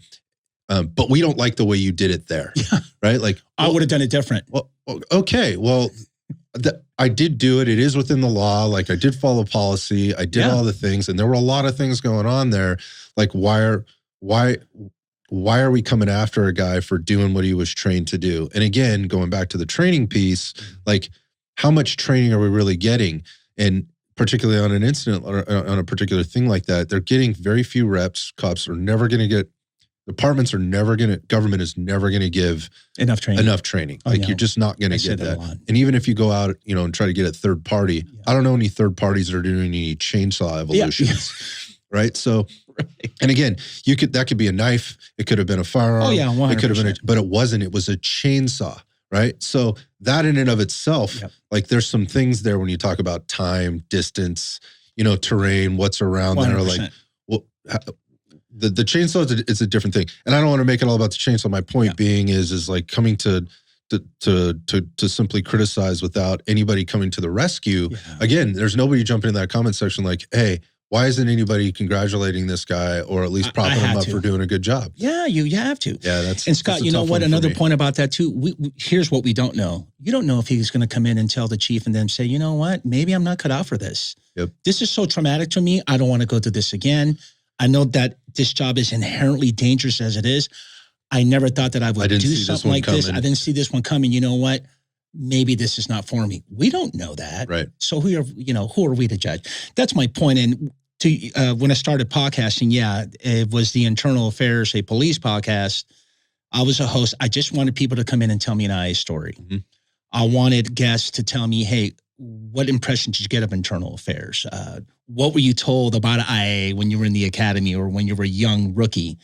Because we're this evil entity, we're the dark side. Well, that as a civilian from the outside looking right. at, that's what cinema taught me. Yeah. Right. That's what, like we're the rat squad. Yeah. We're horrible Nobody people. Don't talk to the IA guys. So I started thinking to myself, Scott, you know what? I've been retired for almost 3 years, and yeah, I'm kind of making a dent with this podcast, but why are we still in 2025 thinking that IA is this evil monster entity? By the way, it's a function that we just don't talk about enough. So that's just how it started, but it evolved and it graduated to the IA guy. I had to brand myself. But what I try to do with these critical incidents is kind of say, okay, you know what? We went through the criminal portion of this investigation. It wasn't filed. Charges got rejected. So let's talk about the admin. Let's talk about the tactics a little bit. But I'm not going to claim to be some tactical expert, but what I am going to tell you is that there is going to be some deviation. No matter what you do as a cop, when you apply any type of force or you're deploying tactics, whatever that tactic is, you're going to deviate, man. Because it's not textbook. Yeah. You and I can go through the academy and learn how to, firm grip, right? Right. Takedown, body weight. Mm-hmm. Yeah, we do that textbook. So those are, but there's a lot of things that can happen in there because if there's a lot of real life variables. Yeah. So that brings the next question, because when we're talking about variables, there's a lot of them. We're asking police officers to do and know a lot of things, right? Absolutely. Case law, use of force, like actually being physically able to apply those things. There's tools, when to use them, when to not use them. There's driving, right? There's all kinds of things we're asking them to do. And they're getting some amount of training on all of those things. You could call it training. Sometimes it's just exposure. I think sometimes we call exposure training, and it's not training. It's just making somebody aware of what might be out there. Again, how many reps do they get at actually working through that problem? And so with all the things that we're asking them, like the public is asking them, they're asking of themselves. The agency is asking them, what do we value in them? What are our expectations of them? There's a lot on the table there. And they can't know it all. But so the question in this is, if you could break it down, being from the investigation side of things, is there like a top 5 list or something that you have, like advice, like the elevator speech of, here's the advice I would give you when you're involved as an officer, as you approach any incident, but obviously critical instances is generally what we're talking about, to set yourself up for success. Yeah. Like, what are those things that are actionable that somebody could take away and go, I don't have to do a lot of studying on this. I don't have to go to training on this. These are things that I could start working on now. Right now, when I go 10-8, right? Yeah. The next thing that I get involved in, like, what are those things? What I would say is that, watch as many critical incidents as you can. I love that. I think that's great, right? Of course, go to the BWC library to get some really good ones. But that's besides the point, is watch as many critical incidents you can. And you know what? Talk about them. Talk and have a full body discussion. Talk about it with your partners. Run that scenario through your mind, because you know what? If you're talking about for an hour, there might be that 10 minutes that you actually talked about that if it does go down, the shit hits the fan, you actually thought about it and you'll react a certain way. Hopefully, right? That'll be first and foremost. Second is you have to know the Bible. The Bible for use of force in the state of California is 835 APC. You have to know, and you got to read it. There was a major revamp that was done after the reform in 2020, and you have to know major reform 100% when you can legally shoot somebody in the state of California. I'm just going to pause you right there, because you actually had Joshua Coleman on your show from the Calfia. Mm-hmm. I had Josh and Kenny on the show, and we talked very specifically about this. So if you're an officer out there, and if you haven't heard about this, you got to go to Calfia. Go listen to Calfia here in California. Those guys are the only guys that are really making sure that officers understand what that actually says. 100%. They did not just adjusted a little bit in the last couple of years. There's been some major changes to that, and so it's your responsibility to understand that. And you guys covered it on your episode, and so did we. It was a huge eye opener to me. I did not understand the implications of that. Yeah, you have to know that that's the Bible. I mean, look, if you don't know that, which the average officer won't, right? Because it's kind of like we're setting ourselves up for somewhat of a bad recipe. We are short in applications, right? People who want to become police officers. 1, 2, we're mandated to work a lot because we're short. So as you sent yourself working 6-7 days a week with all the overtime. Of course, it's good money. You want the boat, you want the vacations, and you want pros and cons, man. Right. So when do you have time to actually train or to read and to get into this? So just know that in it itself, the 835 APC is divisible as it relates to use of force. Gotcha. Because in 835 APC, this, you have the definition, the boundaries by which you can use force, and it also defines deadly force as well. So we'll leave that there. Me being the IA guy, you got to know your rights. So you have to know Peace Officers Bill of Rights, which is your government code 3300 to 3313, which, by the way, 3303 has A through J. And in J, there's subsections. So what I'm saying is that a lot of legal jargon. There's a lot, but you have to know your rights. Just because I got into a shooting and you want to compel me to do these interviews, there's boundaries, there's rules, and these rules, POBAR, Peace Officers Bill of Rights, was set back in the 70s. So you have to understand this to be an advocate for yourself. 100%. And you should be sure that whoever your advocate is understands this as well, I would imagine, right? In Savage Training Group, we always tell the students, be the smartest person in the room. You have to know this stuff. In our OIS class, in an internal affairs course. The time to find out is not when it goes down. 1, 2, we can all agree that not every lawyer is competent. Yeah. Not every sergeant is smart. Amen to that. We have a lot of dumb sergeants. We have a lot of slimy, lawyers. We talked about all that. Yeah. And so you got to be an advocate for yourself. Personal biases. Yeah. Yeah. Not only that, I mean, I have, and as much as I hate to say this again, is I'm consulting on these couple of cases. I got a couple of clients where that internal affairs investigation, I'm going through it with a fine-tooth comb. It's a biopsy, right? Unfortunately, some attorneys won't take the time to not just look at the IA, to actually listen to all the interviews. Because here's one problem too, is that, and this is some good advice for officers, is that when you read this summary, this paraphrase statement, and you start listening to the detail. They can leave stuff off. They could add stuff in. Words are changed. And it sways, and it gives an impression of a whole different picture of what actually happened. So that would be advice. And last but not least, you got to go to training, man. You know what? I'm not going to say just go to Savage Training Group. We do a great job of making sure that you engage, that you walk away from this 2-day or 3 days of us getting to know each other with a lot of knowledge, a lot of nuggets that you can take back and tell your colleagues. But yeah, man, there's companies and vendors out there that says death by PowerPoint or lecturing. No one really likes lecture. And no one likes 148 slides for just one topic. Well, let's talk about that, actually. Let's talk about what you're doing there. Mm-hmm. And just what people should expect. So there's that, which I think is what people would expect. They would expect to be sitting down for 24 hours of training or whatever it is. So it's 3 days, 8 hours a day, standing there listening to a lecture, simply getting the PowerPoint.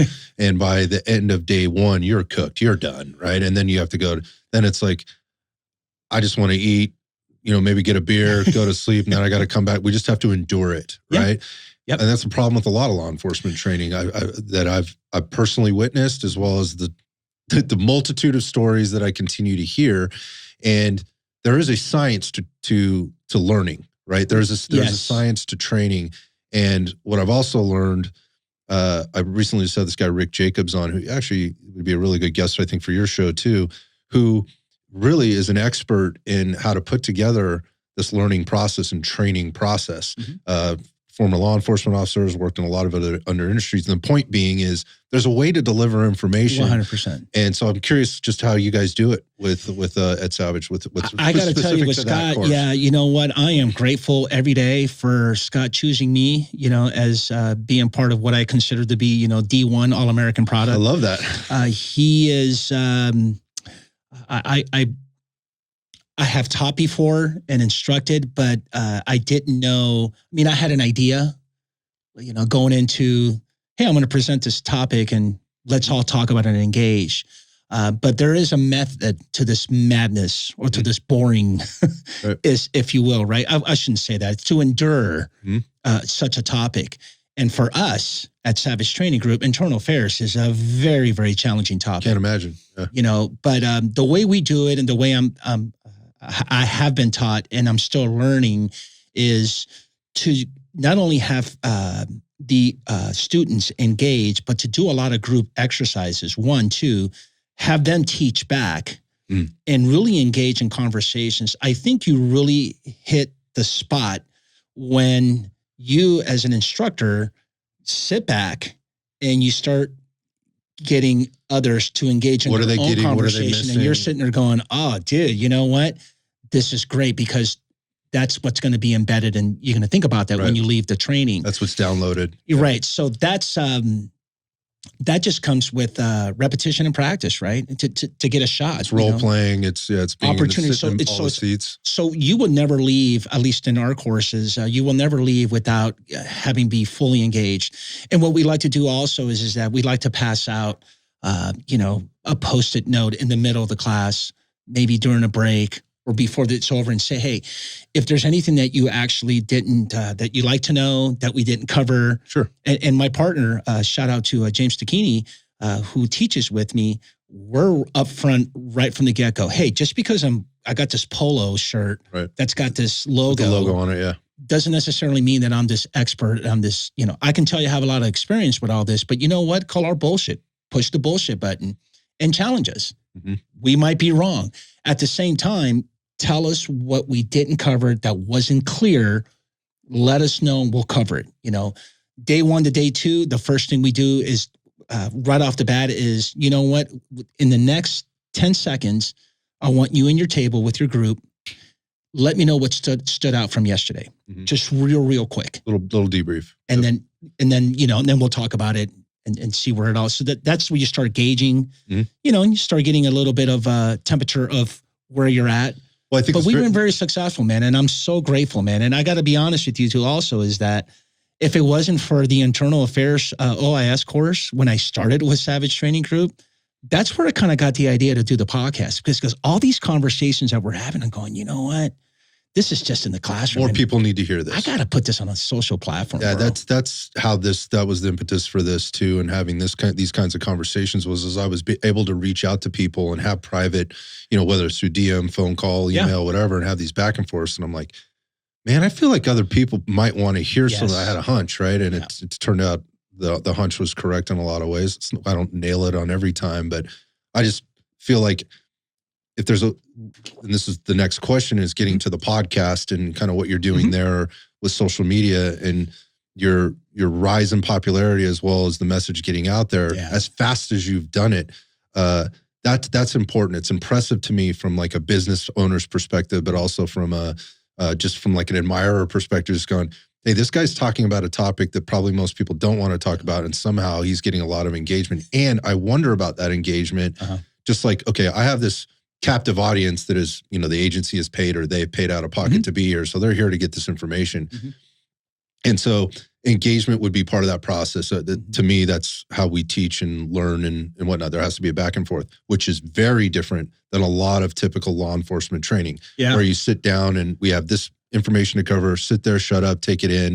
And then there's a qual or a little test or a quiz at the end. And you're good. We've checked, we've checked the box. We've covered our ass. We are not facing an issue where there's a failure to train, on any of these things. So we've met the state or, the state standard or whatever the thing is. Right.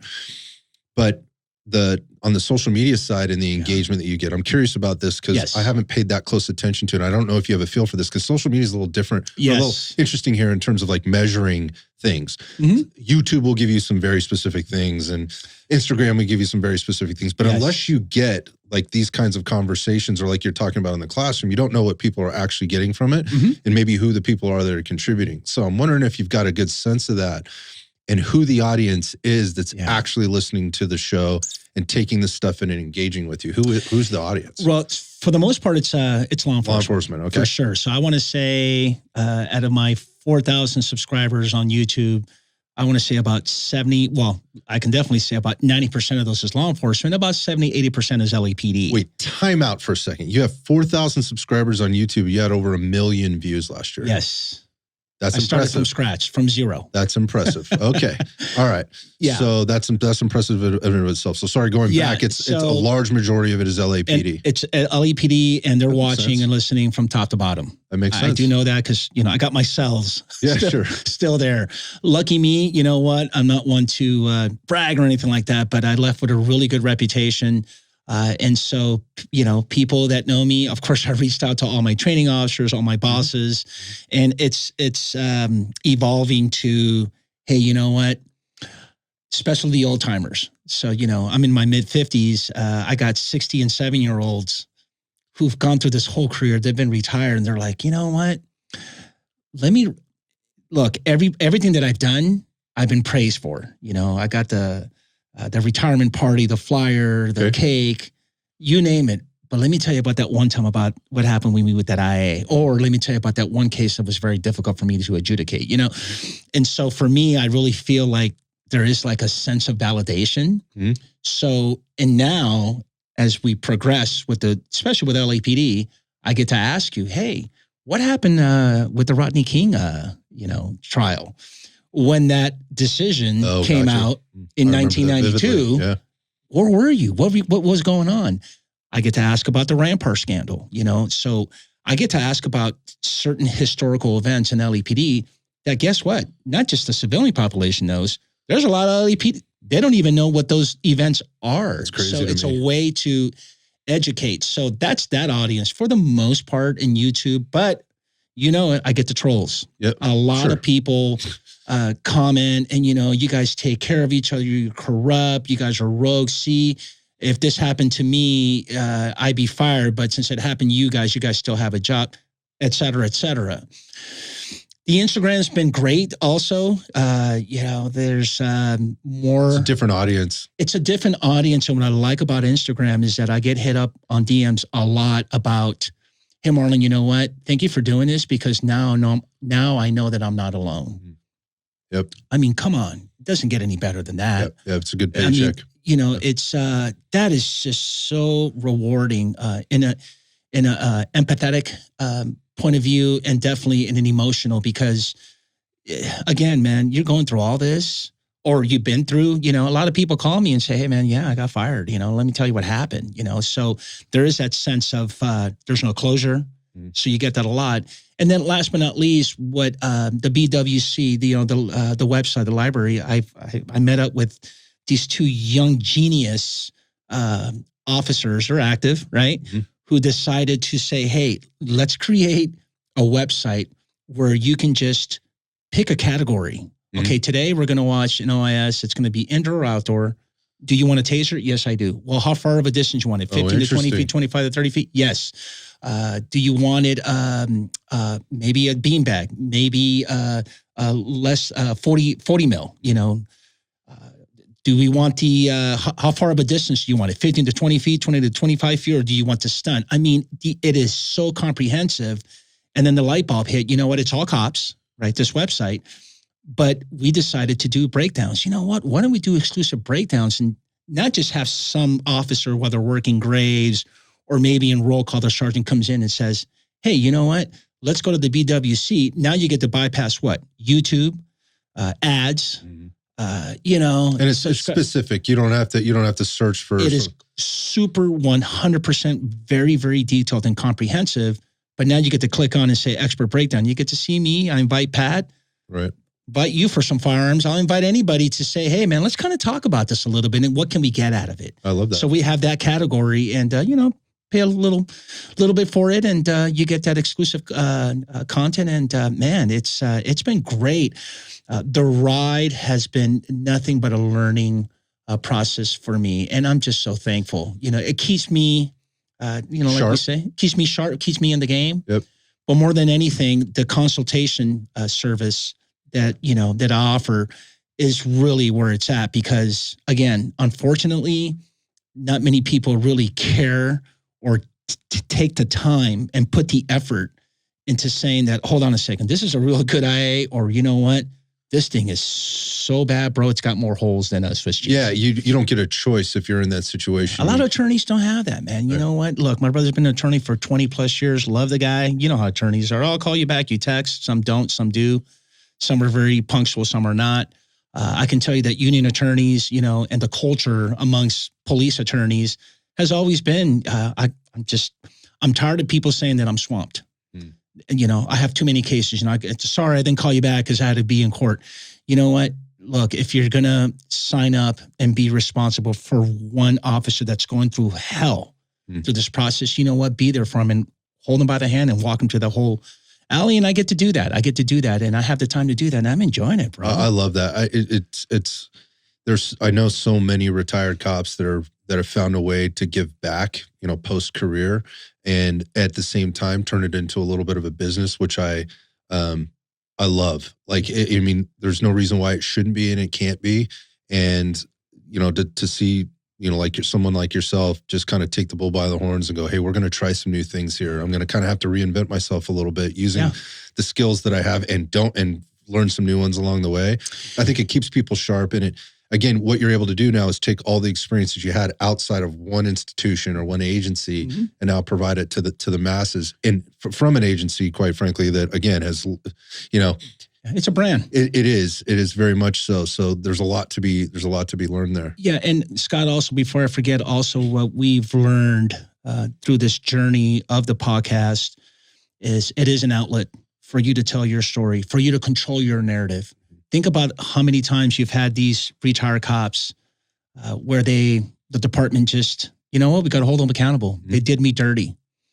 And where do they go? They can't go to the local newspaper. And even if you did, you'll sit there and go, oh, you know what? Let me write it. And it turns into something completely different. And all of a sudden you read the article and you're like, that's not what I said. That's not what I said. So we're using the IA Guy Police podcast as a platform for you to tell your story, control your narrative.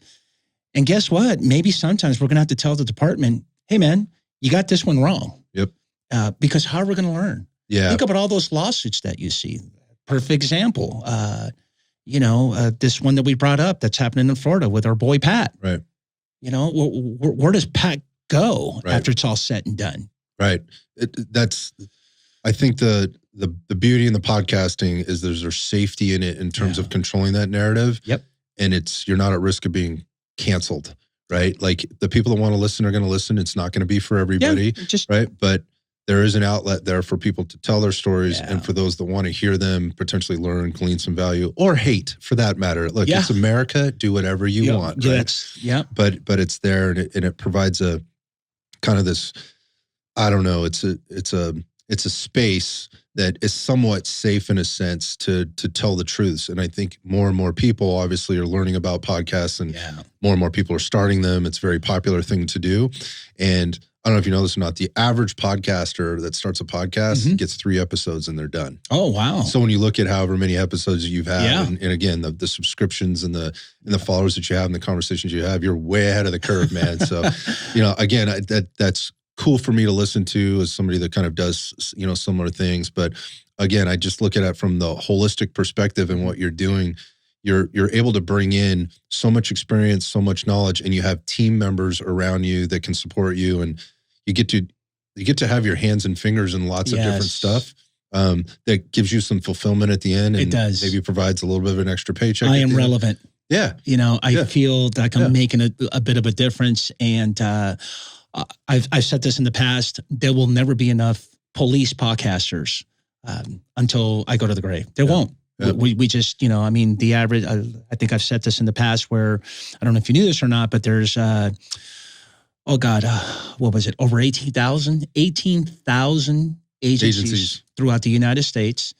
And there's over north of 800,000, close to 1 million law enforcement officers throughout the nation. So there's just not enough for us to get our voice out. Right. So the encouragement to those people that are thinking about it and whatnot, and having a space. And I'm here to help. Yeah, the same. If there's anything that I can do ever for people that are thinking about starting podcasts, a lot of the questions are like around equipment and things like that. I'm like, don't think like that first, right? Like what I would like to know, if I may interject, is I keep looking at the that red dot. Yep. I know it's called iron sights. Yep. Of course, that's what attracted me to this. Right. And I was one. I'm from the old school. I was one that talk about training, where when I was getting ready to test for my firearms qualifications in the police academy, I had my iron sights, right? I just want to make very clear. And of course, I always tell you, front sight. Everything has to be blurry. Yeah. And I would be in my living room with caps, right? Air caps, whatever they're called, caps. And not only that, I used to have to put a quarter on top of my this is old school, my Beretta 92 FS, and to pull the trigger. There's 7 elements to marksmanship. What else would I remember? I remember, of course, mashing, pulling the muzzle, and I would sit there and dry fire all the time. And then, of course, I switched to my Glock. I'm a second generation G-Lock 21 guy. I'm a 45 guy. And then all of a sudden, everybody's got a red dot. What's going on, dude? That is cheating, bro. I went to the range master not too long ago, and someone, let me check out this staccato. Oh God, it's the Ferrari, dude. And I'm just like, and all of a sudden I put up this red dot. That's cheating, bro. Sorry. Hey, if you ain't cheating, you ain't trying, is what I say, right? It's be interesting to see what that thing looks like now if you went back through the academy and what they're actually doing with those guys now, and how things have evolved. That whole obviously red dots become very popular in say the last 5 to 7 years, or if they go back further than that, obviously, but they're starting to make those transitions in, and I've been there. There's a lot of opinions out there. I'll never go back. Yeah. Joking set aside, I had a wonderful experience with it. I love it. Yeah. 100%. And you know what? If it's going to, hey man. Well, the stats are coming out that officers are being more accurate with them over iron sights and whatnot. Accuracy is important, but you know what? I'll never forget this. My tactics instructor, day one in the LAPD Academy, telling me there's 2 things that you're going to do always is eat and you're going home. And you know what? If that red dot is going to save me from going home, I'm all in. Yeah, I'm with you on that. It was the red dot was the gym, and the iron sights is the podcast, and obviously the play on words there, kind of old school meets new school. This is awesome, bro. And that said, like a little bit of old school in there, kind of at the end, meets the new school. And I think basically the overarching, kind of theme of this whole thing is the things that you're talking about are forever relevant for every officer. It should be relevant to our citizens. It should be relevant to the agencies and the cities and the counties and the state, that those things are in. More people need to hear about this, just going back to sharing the message and putting the message out there. The importance of doing that. And I just had this conversation with a guy down in Texas. His name's Brandon Hernandez. He's on an agency down there, and the importance of telling the story of the police officer and what the job is and the things that they go through. And so that other officers obviously get a picture of that they're not alone, but while they might think they are, like every agency has their same problems as another one. The scabs and the warts and the funny hairs all grow and appear in the same places. But that doesn't mean you can't do your job. Doesn't mean you can't do it well. Doesn't mean you still can't enforce the law and go out there and do your things. And that's what I continually hear. It's just, hey, we have different things now that we need to work around. We need to be aware of. But the things that you're talking about, I mean, enter the body-worn camera footage, enter the social media stuff and what can go on out there. If we leave that stuff off, the other stuff still stands up, still holds up. And you mentioned you have to educate yourself. And you cannot depend on somebody else to do that for you in any amount of training that you get. But this being so important so that you understand, I would think, this is what I would like to think. I would think that the better I understand that, the more equipped and better prepared I would be walking into one of these situations. Now, situations with like chainsaws and, assisted living, That's a new one. I haven't seen that. Maybe it's happened before. I've just never seen it before. Yeah. But my point being is putting the information out and allowing me to have this conversation with you is so important to me. Just because that's the impetus of the show. Is just like, let's put out the information. Yes. Some people will be able to take it in. Some people won't care. I don't care. Like that. I don't measure those metrics. What I measure is if somebody hits me back and go, hey, dude, thanks for having Marlon on because it helped me through this thing, or I'm currently in this process, or I'm going to take this back to my sergeant or my captain or lieutenant or my chief or whatever, and I'm going to share it with them, then this is all good. Like, thank you, brother. You know what? Look, anybody needs any help, you know how to get a hold of me. Go to Instagram, IA Guy Podcast. Go to YouTube, The IA Guy. Or LinkedIn, my name, Marlon Marrache, Marlon, last name Marrache, Marrache, and definitely check out the BWC library. Yep. It's good stuff. And you'll see me in I think we talked about, I'll be here Monday at Brisbane Police Department teaching IA, man. Look, it's not only a pleasure getting to know you, you have a friend for life, anything that you need, and you owe me a visit to the studio. You have to come in and we got to have that conversation. Good to go, man. Yeah, you got a promise on that. I'll definitely make it down. It's not that far from me. And again, like just even if it's just a quick plane flight down and getting back. Yeah, let's do it. Of which, we got to get you back over to the airport in a little bit here and get you out of here and back home. So thanks so much for your time. Yes. I appreciate you. And same sentiments, man. If there's anything I can do for you, anything I can help you with in the future, you let me know. You got it, Scott. Thank you.